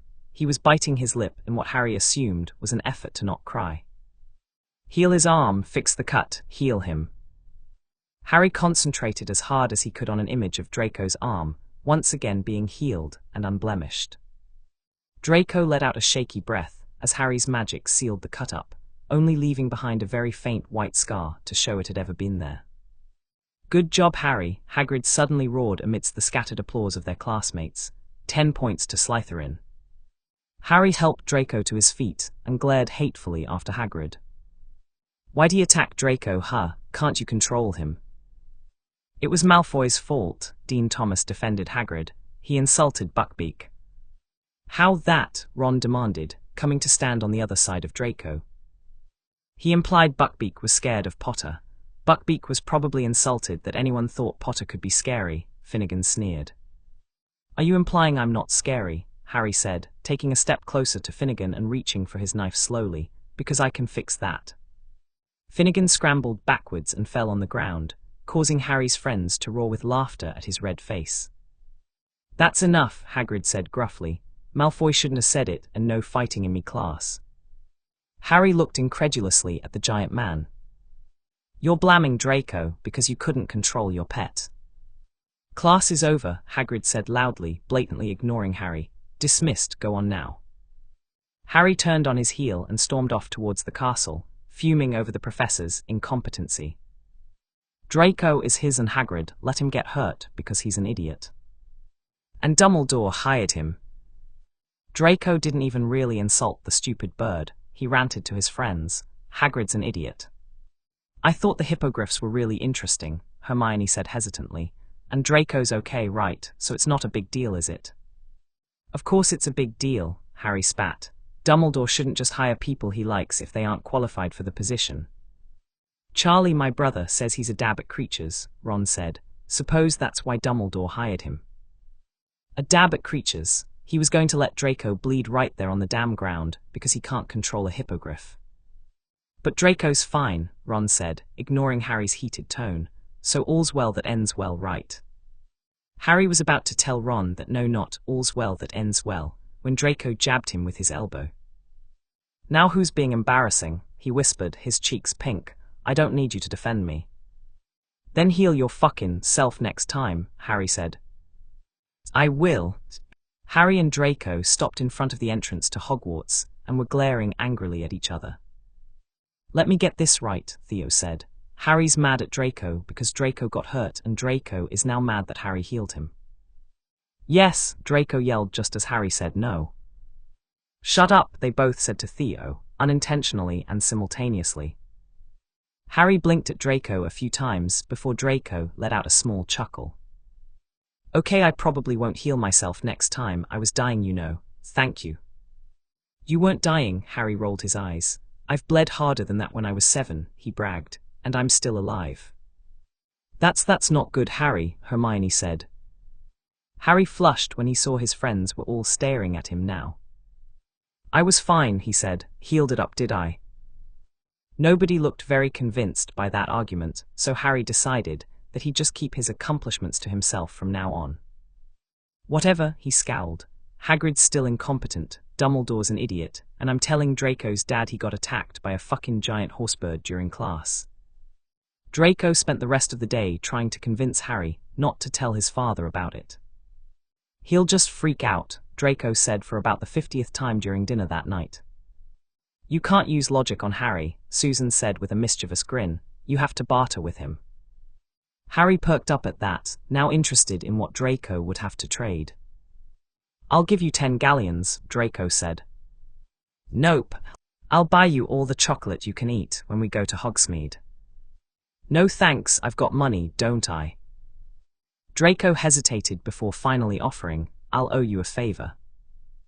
Deal, Harry said quickly. No murder, nothing that'll get you expelled, but other than that it's no questions asked. And I'm still telling Snape, Hagrid can't bring dangerous animals to class if he can't control them. Draco didn't look very happy, but Harry happily added his cousin to the ever-growing list of people who owed him a favor.